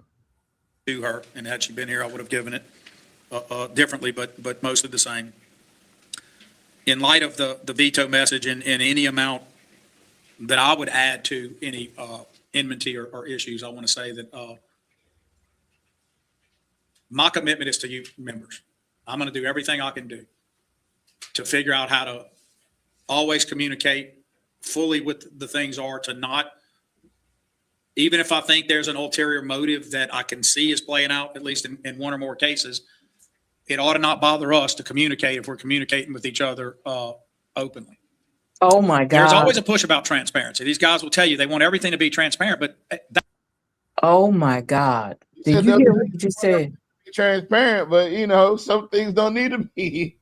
And he is the least transparent person. Exactly. In city government right now. He doesn't think so. We do want transparency, but you know what? We also want truth and honesty. We can't have you get up here lying and hiding stuff. Right. It's neither truthful or transparent. And it's not nice. that's great. But if you're talking to if you're talking to a lead in economic development and they say, if you say that we're looking at you, we're not coming, what do? We don't have an exemption like the state, by the way, guys. All of our stuff is in the open. But you still got to deal with people on that. And we deal with those leads and we try to be professional. So if I don't call you guys about every lead, it never registers in my head that I'm not keeping you abreast. I know that you have seen, Jim, since this time being back, during any events, how much I keep you guys informed. And Madam President has indicated it herself, but I keep her super informed, everything, the president. But even you guys, I will send, this is where we're on this. If there's more to do on that. Stop it for 1 second. He just admitted something else. Stop it for a few minutes. Boy. That's a lot, right? That's a lot, right? we know Jim Villard is in there, right? Yeah. We know Curtis Lewis is in there. We know Rick Hansen is in there. Rick Ranch. We also know that Cynthia Perry is not in there. Right. He said he has been keeping her super informed. Sure did. Well, guess what? He didn't tell her anything about that bond issue he pre-filed. He didn't tell her anything about going to the state legislature to get approval so that he can reorganize things and keep information separate on utilities from public information requests. He didn't tell her anything about the veto for the fair district maps that was put forward, you know, and he definitely didn't communicate with her about the budget. So he's sitting up here telling bold-faced lies on Cynthia, saying that he's been keeping her super informed. But then he called out Jim Villard. You know, since I've been back, you know how much I've communicated with you guys. And didn't we know that up front? We knew that already. We knew he was keeping Felter, Fowler, and Villard informed. That's why they never had any questions. And where are the questions coming from? Coming from Jules and Malcolm. Yep. They're the ones who were not communicated with. Because if they had been communicating with, if there had been a discussion about some of these agenda items, they would already know the information. They wouldn't have to ask the question. Wouldn't be no questions. Right. And that's why Felter, Villard, and Fowler never have questions. Because he keeps them super informed. Keep them super informed. That, I'll do more. I wish we could have better conversations about the easy truths of things like the Weiss and Goldring building. That's such an easy development unpack. And the tragedy is it's been unpacked 200 times years ago to now, and we're acting like, why would we be in this business or why would we do X? We're already in that business. And the people criticizing you for it are fully in the business of real estate. Doesn't make sense. For example, Gata started out getting rid of what? What did they buy? The Cavalier. Did they pay market price or over market price? Over market price. Michael, you're saying that, and they'll say, well, you're just administration. You weren't in the administration then, were you? No, I came on Gata immediately after they purchased the Cavalier and tore it down. I served 2 terms as commissioner on Gata for District 3. Okay, so Michael Caffrey is there. Uh-huh. Now, the Cavalier. So he's talking about that hotel that they bought. Right. Right. So they wind up tearing it down. So what did they put in its place? A parking lot. Okay. Okay. So you're telling them, so you're trying to pinpoint something they did that didn't make sense? Is that what you're doing? Or you criticizing them, low-key kind of criticizing them or something? Now, he should be thanking Gator because otherwise that demolition would have fallen to the city. The demolition of that old building, the Cavalier, would have fallen to the city. I'm starting to think the reason why he targeted Shamir at the end of this conference or this press conference or whatever is because it wasn't what she said that city council meeting. It was something that she pointed out at a previous city council meeting that he took notice to. Because for him to make the connection between that lady up there at their podium speaking and her Facebook page, and not even just her Facebook page, the YSKT page as well. He mentioned all those things about her. So listen, this is the part what I like. Jock, you are saying that people are threatening the council, but for you to sit there and do that type of investigation on someone that simply disagreed with you, I know what you're doing. You're letting her know that you know who she is. You've identified her, right? That's what you're letting her know. But what I'm letting you know is that I identified you trying to ID her. So if you thought that that was going to intimidate her in any type of way, I'm lost. what he did, okay, so at the end of the meeting, Jock, because I'm already at the end of the meeting. I'm kind of over what he's talking about. But I remember something he says about Shamir. And I'll let it play out. It hit me. I just thought about it. That's all. They were criticized heavily for that. Do y'all remember that? Still are. In fact, my media person who called to tell me she didn't like my veto also railed against the gate at that purchase. And I defended Gata and said, I disagree with you. I think that it was a strategic move to take that property out. I'm not sure Michael thought it was a good move then, if I recall. You didn't. I did not think it was a good deal at the time. I also did not think that us holding onto the property and not putting it back into Congress when I was on Gata was a good thing either. They held onto the property for significantly longer than they should have. Unfortunately, we were able to do what we were supposed to do, is work with the city of Alexandria to put that property in use along that corridor that supported the efforts and activities there. Look at him. Look how he's looking.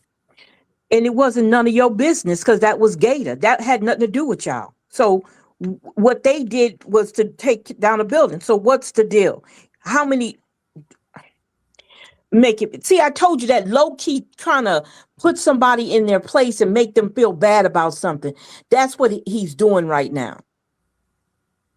And then he has to get his peanut gallery to agree with him. No, that's the only people that's there with him.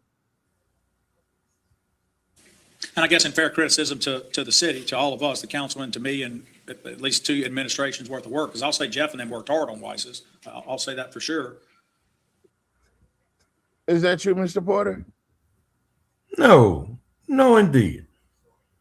Look, I'm the one, me and Joe Fuller, but Joe Fuller pointed out to me what that project was all about. We went get the books that Pan American Engineering had submitted for that project. And that's how, when I read that, that's when I found out that $6 million City Hall renovation project included $3 million to refurbish Wise and Gold Ring. And then they were going to move all the employees from City Hall over to Wise and Gold Ring and use the other $3 million of that $6 million project to renovate City Hall. And then when that was finished, they were going to move the employees from Wise and Gold Ring back into the newly renovated City Hall and then sell the newly renovated Wise and Gold Ring building to the same people that Harry Silver had always wanted to sell it to. We didn't get anywhere with that because I supplemented the budget and took that money out of that project. And I divided that money up into drainage projects for Morton Park, for Deerfield, and for Shenandoah. And so that was part of the money. The rest of the money went into District 3, Cynthia Perry's district, for drainage projects. That's what we did. We reallocated that money. So there was no work done on Wise and Gold Ring during those 4 years because it's a dilapidated, obsolete building. It's of no use. You got to do so much work, it's not worth it. That's why Harry Silver bailed on it and got Jock Roy to accept it as a donation. He didn't want to demolish it. He didn't want to refurbish it. And if he had sold it, the new owner would have to bring it up to code. As long as Harry Silver owned the building, he was grandfathered because they owned the building, or his wife's father owned that building before a lot of the new codes were implemented. But once it changes ownership, once it's sold, the deed changes, the title changes, that new owner has to bring that building up to current building codes. And that's what they were trying to avoid. They didn't want to pay the money to demolish it or bring it up to code. So they donated it to the city. And the whole thing was the city was going to bring it up to code, just like what they did with the Holiday Inn building. The exact same thing. They keep running the same plays on us time after time after time, folks. And we keep falling for the banana in the tailpipe. Shout out to Miss Agnes. I just don't get it. I mean, that's a textbook project you do if you were to go study economics. Tanya, we went through I mean, it's just textbook, but we're not holding on to it because we want to. The simple fact of the matter is I never can get it out in the meetings because of all the stuff we've been talking about, but I have your attention today. The simple fact of our challenge with that property is different. Our challenge is no one will take it with the gap in financing it takes to get it usable without a partnership. And that's why I started out with the three things: public purpose, an authorization, and commensurate value. When you offer incentives like we all talk about we should offer, you're offering the incentive. Why? Why would you offer a private business an incentive? Because they won't do it without it, because the market doesn't bear that thing. So if the public says our purpose is we want that thing born because it's a strategic goal we have, then you have to do what's called meet the gap. So whatever the gap is, you got to fill that gap. How do we fill gaps? TIFs, RIFs, all these different things, pilots. That's how you fill the gap. In this case, the gap would be filled by literally a moving TIF, which is what Gata is. It takes tax dollars paid by third parties staying in hotels outside of the system and brings those dollars in so that it can fill gaps in projects. For it to then say through its leadership, well, what would we do to get our money back? It's not, the money is to be spent to build the tax base up. That's what it's for. However, I want y'all to know, Ray, you may not know this, but we'd always offered gated. The real vision would be you come move in there for free. You own it. You carve yourself out your space for free. Take most of the bottom floor. We've got 2 other government things that can go in there. Now you solve your rent model in the retail side. Let the other partner do at the houses. All of those Listen were at possible. that. No, you wanted to be in control. You wanted to see what they were doing. That's why you wanted them in that building, just like you wanted them down Bolton Avenue Community Center. So you can have your snitches in there running back, telling every move Angie made. We're not stupid. And he acknowledged that the money that would go into that Wise and Gold Ring building, we would never get it back. That's a loss. That's a loss. Well, guess what? If you got to do all of that to get somebody to buy it, God darn it, just demolish it yourself. I'm sure it costs less than that. Then you try to bring it up to code and try to sell it. Then you got to put it on the market. Then you have to advertise for it, and you have to put money in the advertising behind getting it sold. Then it has to be turned around rather quickly because you're already operating at a deficit and fixing it and bringing everything up to standard. That you're talking about a multi-million-dollar project, and I'm not just talking about $1 or $2 million. I'm talking about if you're doing it right, at least a $20 million project. And you want Gata to what? Spend the next 20 years paying for the Weiss and Gold Ring building when you spent the last 10 years doing nothing with it? The last 20 years doing nothing with it, I guess. I know the council keeps saying, not the council, members keep saying there's no vision for it. The published vision couldn't be more detailed. It's just whether you have the desire to do the project. But the gap is no one will take the building as it is. But that's not Gata's fault. Gata didn't accept the building. You did. Yeah, exactly. That's not their fault. So why are you trying to put that on them? And again, you had somebody who was going to buy the building as is, and y'all turned them down. So stop it. Stop it with this. And the reason he turned them down because they were not going to do what he wanted them to do with the building. Mm-hmm. If it's mine, you're going to tell me what color my car needs to be? Exactly. No, if I want a blue car and you're saying no, the car needs to be red. Yeah. Okay, well, no, I'm not interested in a red car. Okay, well, then you're not going to any car. You don't need no car. Yeah, exactly. And like I said before, and I know it's a tiresome comment I made, Mr. Fuller was talking to that guy the morning we made that video out in front of Weiss and Gold Ring. And the guy said that he would take the building as is and he would do the work on the building.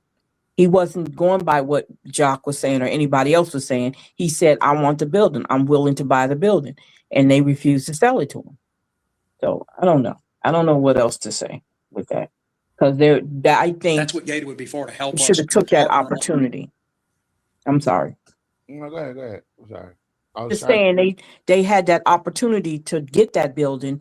I mean, to get that building off their hands, and now you're turning around trying to make Gator take on that building when it could have been sold a long time ago.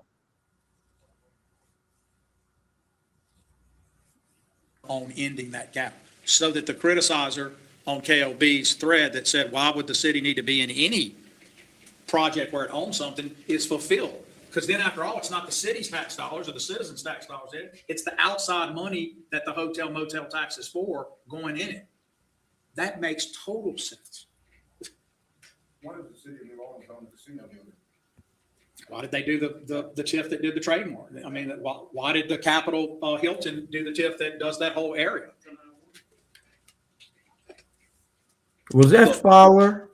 Ask that You question. want to be against? Yes, that was Fowler. Okay, so we know that Caffrey is there, Lewis is there, Hanson is there, Fowler, and Villard. So is Felter there? Because she would have had to taken off from work also. He don't mention her. Somebody in the comments said that most of the people there are city employees. That are there, they're on the clock. They have to be there. If they're, Because it's political season, there's no answer you can give them. So there was a young lady who spoke yesterday who's just in this political. She has a site on Facebook that is for political purposes. That's why she's here. She literally asked this question. I think it went something like this. Oh, they're on to you now, Shamir. They done some investigative research on I've you. been talking too much. I've been coming up there too much. Okay, they're gonna arrest you next time you show up there. Oh man. Yeah, don't worry, we'll get you out. Yeah, I made we'll a few get you. friends after this comment though. I made a few cop friends. We're gonna get your bail money. So wait, Shamir, were you actually at that meeting? No, she was at the meeting I before wasn't that. at this mayoral briefing. I was at the meeting before. The day before. Lord, and he done put a big bullseye, a target on your back. That goes back wasn't even to what I was there. saying earlier, is that it wasn't the comment from the day before that caught his attention. It was the comment from when she came up there to talk about the budget. When her and Linda Bell came up there, and Brother Greg was up there. That's when she caught his attention. So he had his lackeys go find out who that woman is. Who is that smart woman up there coming here with those very significant questions? And those numbers, where did she get those numbers? It looks like she's combed through the budget. Oh Right. no. Oh no, we got one of them that actually reads the budget. A 2-door vehicle and a 4-door. Why not get only 2 2-doors and only 2 4-doors? Is that a serious question? Why was he so bamboozled? But it's designed. Yeah. Well, no, listen to his logic. To do that. And you know it. You know. You can question. Wait. So don't And either way they go, question me. But it's designed. Don't question me. Don't question my staff about what they want to buy. Just shut up and approve it or let it go. Yeah. Wow. Because you were talking about those small ATV vehicles. Yeah. Right. Now, how was that political? Tell me what made that political. Exactly. What made that political? And how is that not a serious question? It's a very serious question because it's our money. Like he says, my money. That's the then taxpayers' money.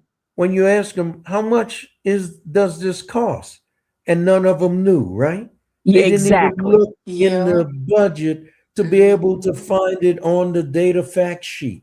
That shows you they don't read these things and they They vote no. disapprove them. They disapprove them. That's all. They disapprove. And then look, not only that, he didn't even, when she asked what they were, they don't even know why they have them. Well, we just They need. didn't know. That Caffrey wasn't didn't me. know. No, no, Goins no. didn't know. That meeting, that wasn't me. I don't know who, I can't remember who that was. That Oh, you know what? because That was originally white. they put That it was back. white. Yeah, That was originally white. they put it back on the agenda. That sure was. That was Yeah, so Cornelius that White. Yeah. wasn't me. Yeah. Yeah, that was And yeah, white because then. they asked Caffrey, and then Caffrey was like, "Oh," because a cop had reached over, and then he said, "Oh, one's a two-door, one's a four-door." Ha ha ha ha ha. But see, I And didn't understand. I didn't understand why he felt the question was so inappropriate. Because why aren't we getting two doors? What do we need the four doors for? And why is yeah. it political? He still hasn't answered the question. Even in his objection to the question, he still never answered the question. And didn't He we looked find out at they were them like $40,000 a piece or something? It's from 36. 34,000 to like Yeah, 37,000. yeah. So The I was Mhm. just saying you two could most save expensive money by items. getting two of one. That's all I was saying. And why did they need them? Because they literally told me, the officers told me, because I asked him, I said, dude, I said, I would just ask you. I said, he was the one standing by the door getting the papers to give to the, to Miss Yeah. Lacoste. But he said, hey, we're getting those because we need them like when we ride around for the river fed and winter fed and stuff Okay. like that. And he said to get over, and in case we got to go over the levee or something, he said that they're going to use them for that patrolling. But you're not going to use patrolling at the winter fairs and stuff. But you're not going to. And in my speech, I said that they're not going to use them for crime.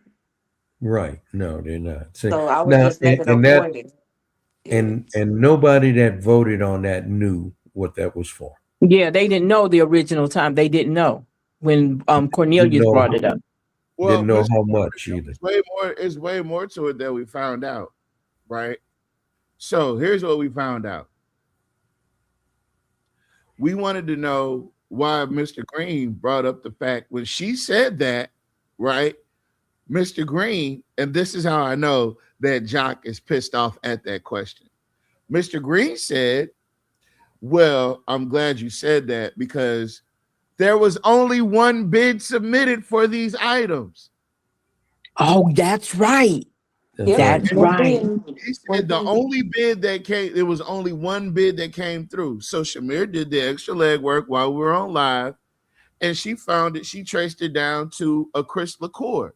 That was the owner of the Lower LOE. Lowers Automotive or Lowers ATV or whatever it Power is. Sports or something. Yeah. Lowers Power Sports. Yeah, something like that. So guess who Chris LaCour is, Mr. Porter? You got to tell me, who is he? Well, he's another lawyer friend of Jock's That donates to Jock's campaign. Well, and you see, vehicles are the two most expensive things at lower sports. Wow. Those are the two most expensive things in the shop. And I bet nobody else that they sent a bid package to had those particular specifications. And I bet it was LaCour that put together the bid package. Damn. So nobody else had that to bid on. So Nobody. That's why he was the only one and he won the bid. And that's why it was $37,000 a piece. Nobody else could bid. It's crazy. Yeah. And look, Michael Marcotte used to do that all the time.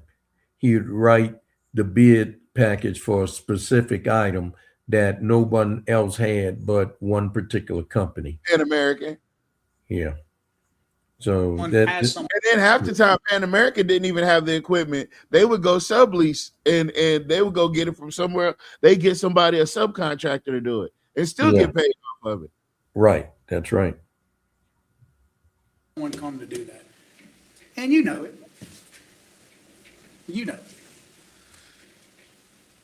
That's going to happen more and more. We have to be able to separate our discussions into the serious. And that's why I know Cynthia's probably at school, so she couldn't have been here, but that's what I wanted to say to her is, I'm going to do better to make sure that I'm empowering this council who is doing a great job in a tough time. I'm going to do the best I can, dead level, to make sure you're successful.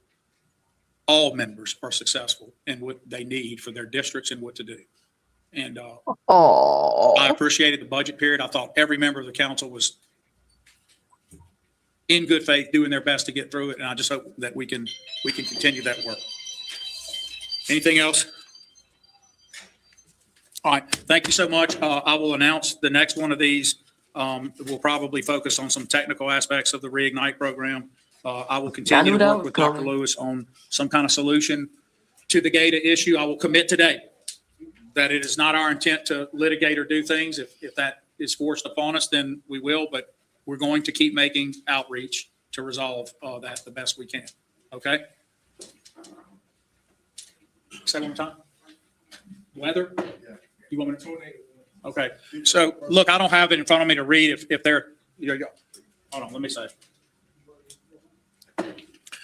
So just so everyone knows, I had them run a check on my way over here on Elliott Street, which is one of my benchmarks because it's high ground when it looks like it did. Either something's really clogged or there was a whole lot of rain that fell fast. So I have two things I look at around home, and they both were off the chart according to what. So he lives around Elliott Street.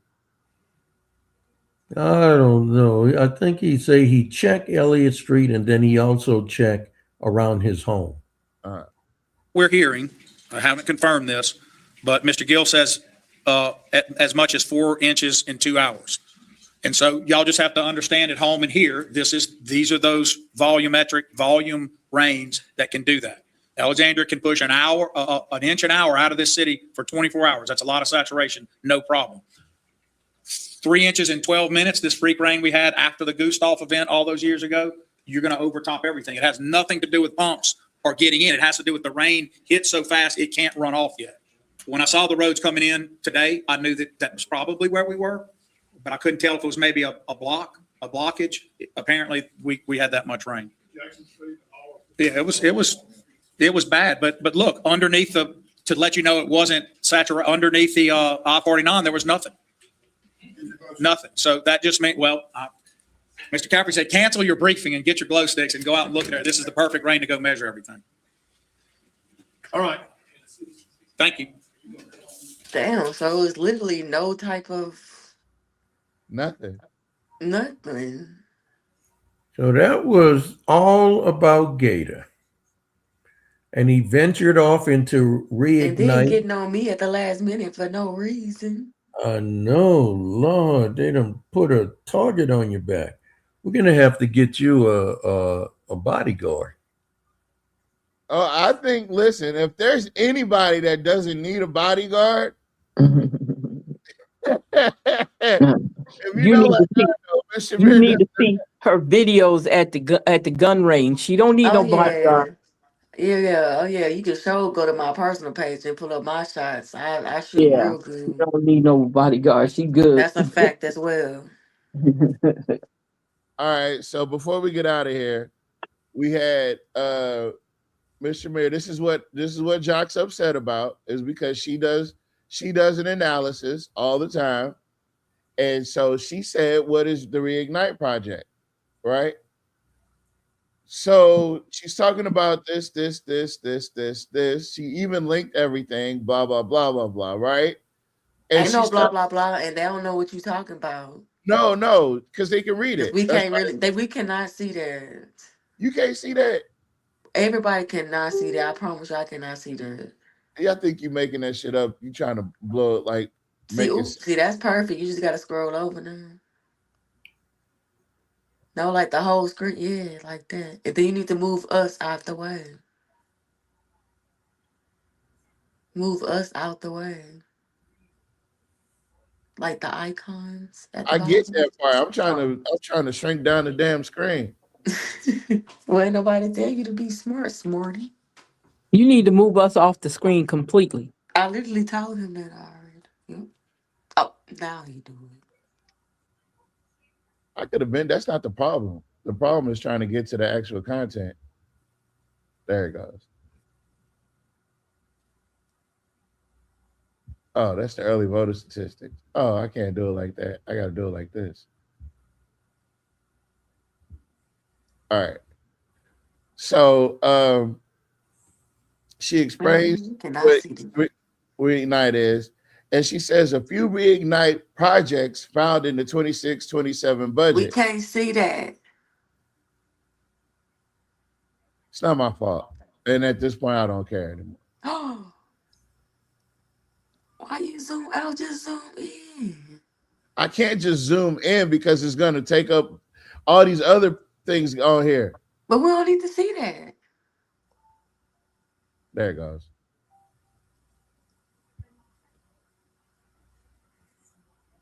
Now, Jesus. All right. So the Handiworks renovation. Don't know what that is, but they want $500,000 for it. The Masonic Corridor Phase 2, they get $250,000 for it, a little bit over $250,000. Directional signage and striping, $500,000. They already putting that up. It's all about Cabrini in the mall. Worley Drive reconstruction. I don't even know what Worley Drive is. That's $750,000. The tennis court additions, $250,000.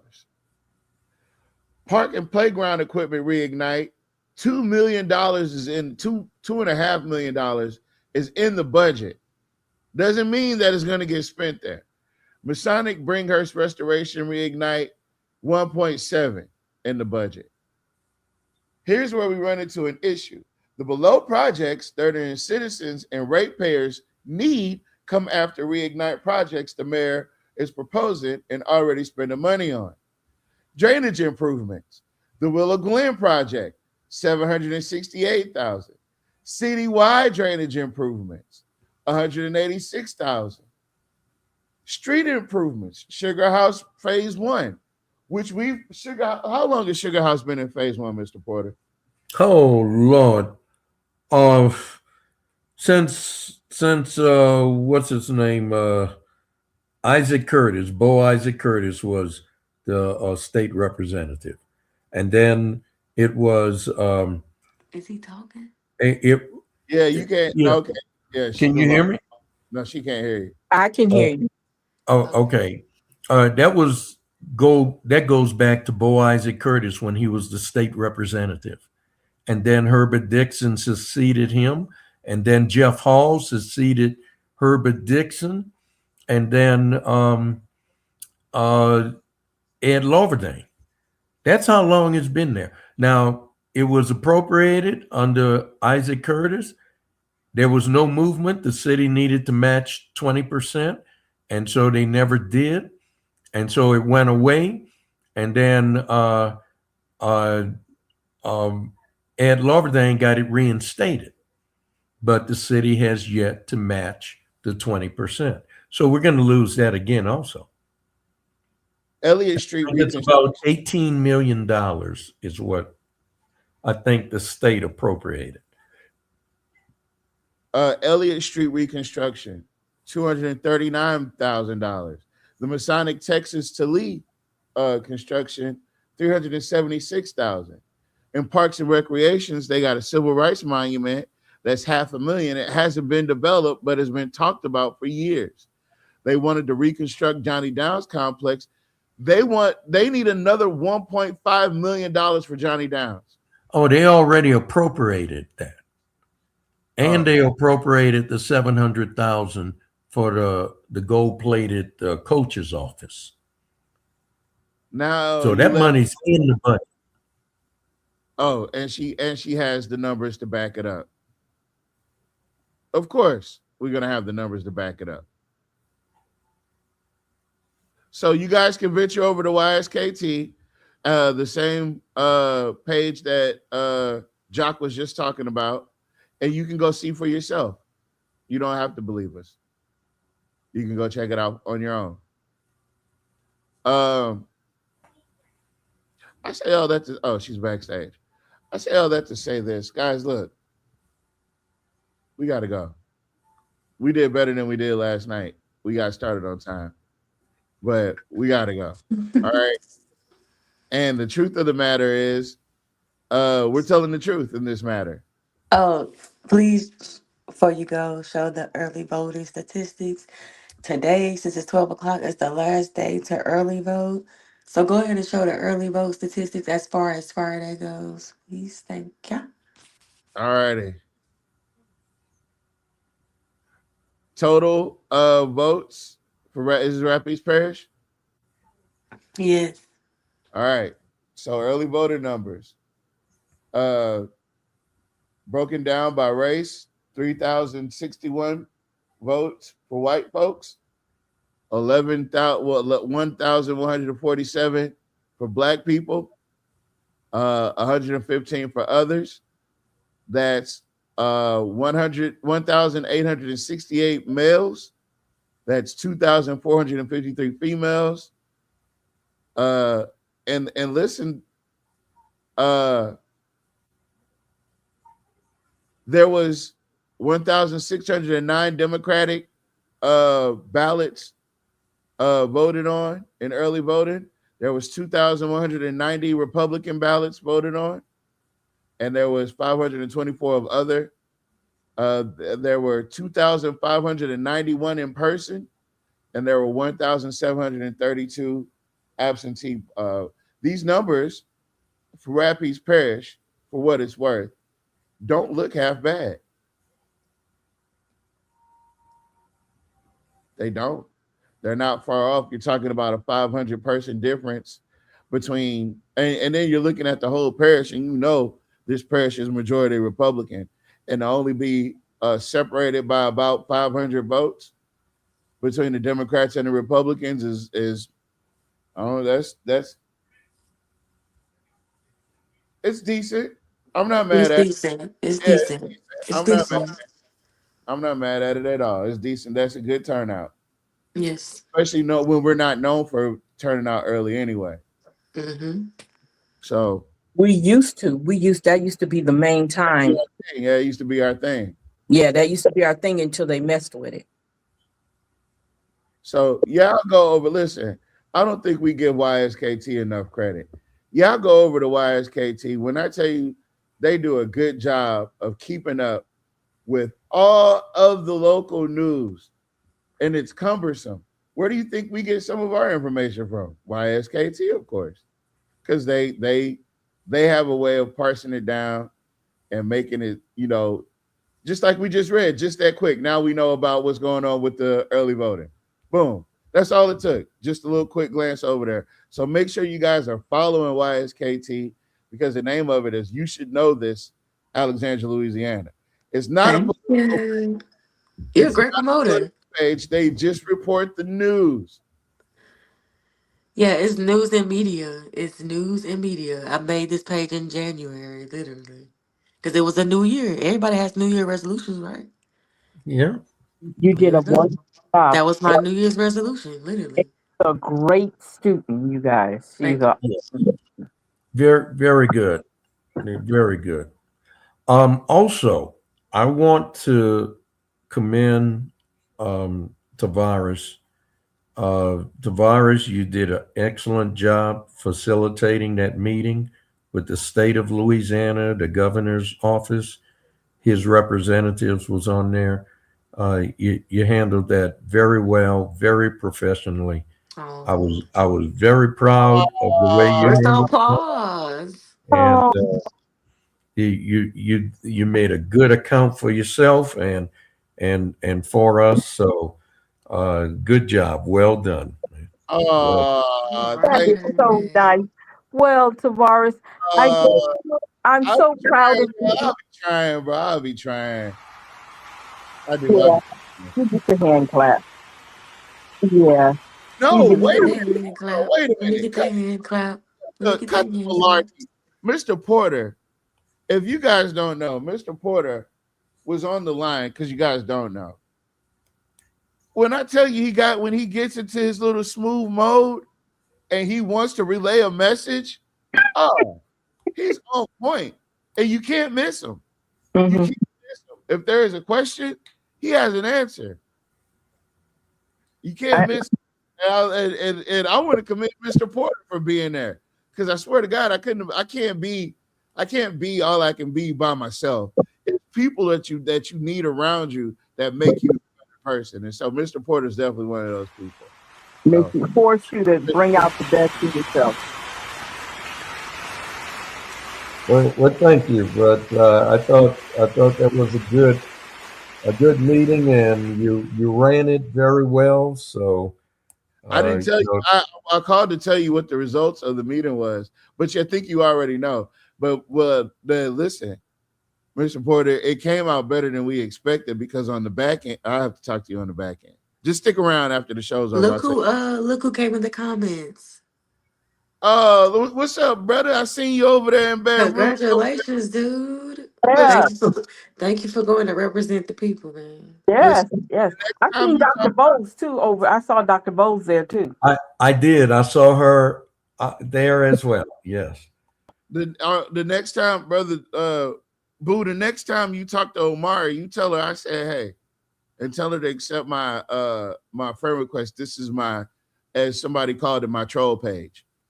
So yeah, just make sure she sends me a friend, accepts my friend request, because I've been trying to link back up with her. We got some cool stuff we need to do. But yeah, shout out to Power Coalition. Shout out to a couple of other those organizations that showed up and showed out today.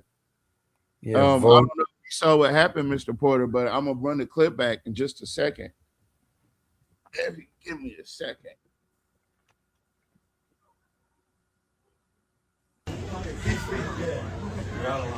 You're out of line.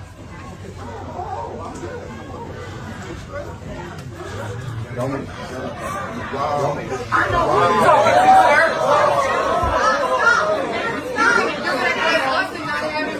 you're not address that. All right. Don't worry. I'm not testing. Order. Sit down now. He came to us. We understand. We will have a decorum. He told us to shut up, Chairman. Okay, we understand. We will have order.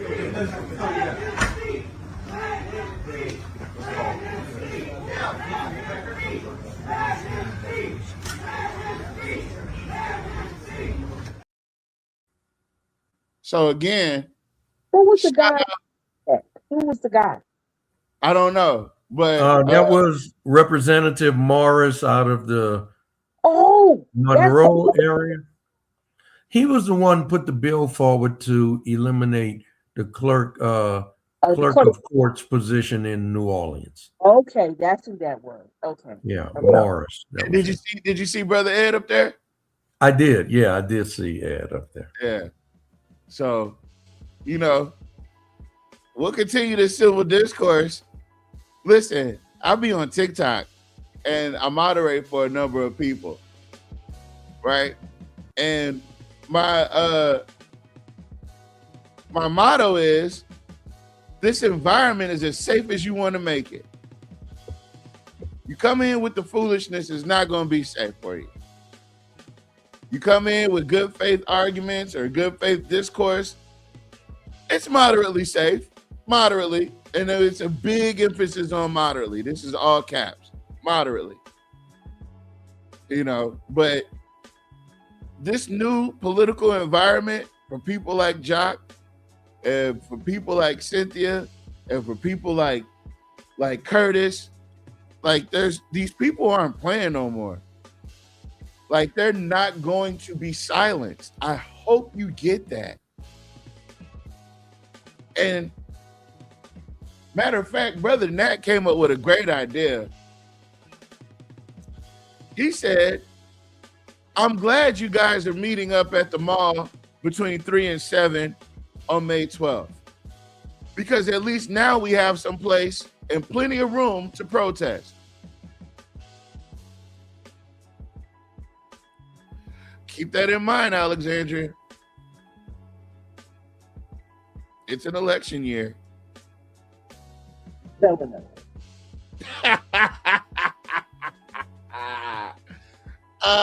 That would rain on his Way goddamn. at election time, when we act this way all the time. Yeah. This is how we act all the time when we're not being heard and not being seen and not getting what's needed for the city, for the rest of the city. This has nothing to do with election, Mr. Roy. Nothing at all. But this thing that you're doing at the mall got everything to do with an election, because you come up with these fantastical ideas every year. Every time it's the last 12 months of your tenure, you come up with these great ideas to blow a bunch of money. Half the shit never comes to fruition. The other half is just blowing smoke. But it's not like that anymore, Jock. I've been trying to tell you, it's an energy. It's an energy, folks. It's not nothing that's controllable. It's authentic. It's spontaneous. It's righteous indignation. Righteous indignation. So if you've been less than righteous to the good people of Alexandria, to the ratepayers, to the tax bases, to the students of Rapides Parish School System, if you haven't been good to the citizens of Alexandria, they got every right to have a little bit of righteous indignation. And you just got to be ready for it. You got to be prepared for it, because you did it. You did it. I'm going to run this cartoon back before we get out of here, just to round this out. We're getting out of here, folks. Thank you so much. Black faces in high places are not going to save us. Just look at the black proponents of Cop City in Atlanta's leadership class. Black faces in high places are not going to save us. Just look at the black woman's hand, ambassador at the UN, voting against a ceasefire in Gaza.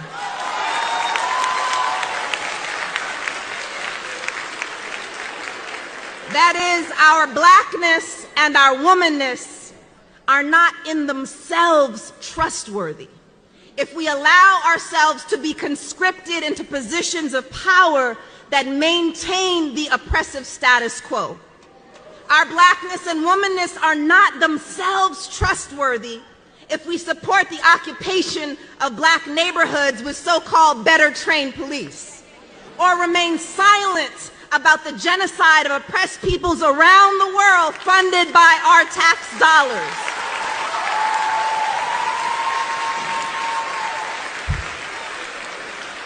And here, let me please shout out the incredible Spelman students and AUC siblings who have been organizing with Stop Cop City and Justice in Palestine, among many other troublemakers in this room. You all remind us that college is not a waiting room to enter the real world, but that you can start transforming that world right here, right now. It goes without saying, but let me just say it anyway. For student activists speaking out courageously for Palestine and Congo and Haiti and to stop Cop City, they should not be threatened with expulsion, loss of scholarships, or have public safety called on them for protesting. Too often, our institutions celebrate student activists after they've graduated, even giving them honorary degrees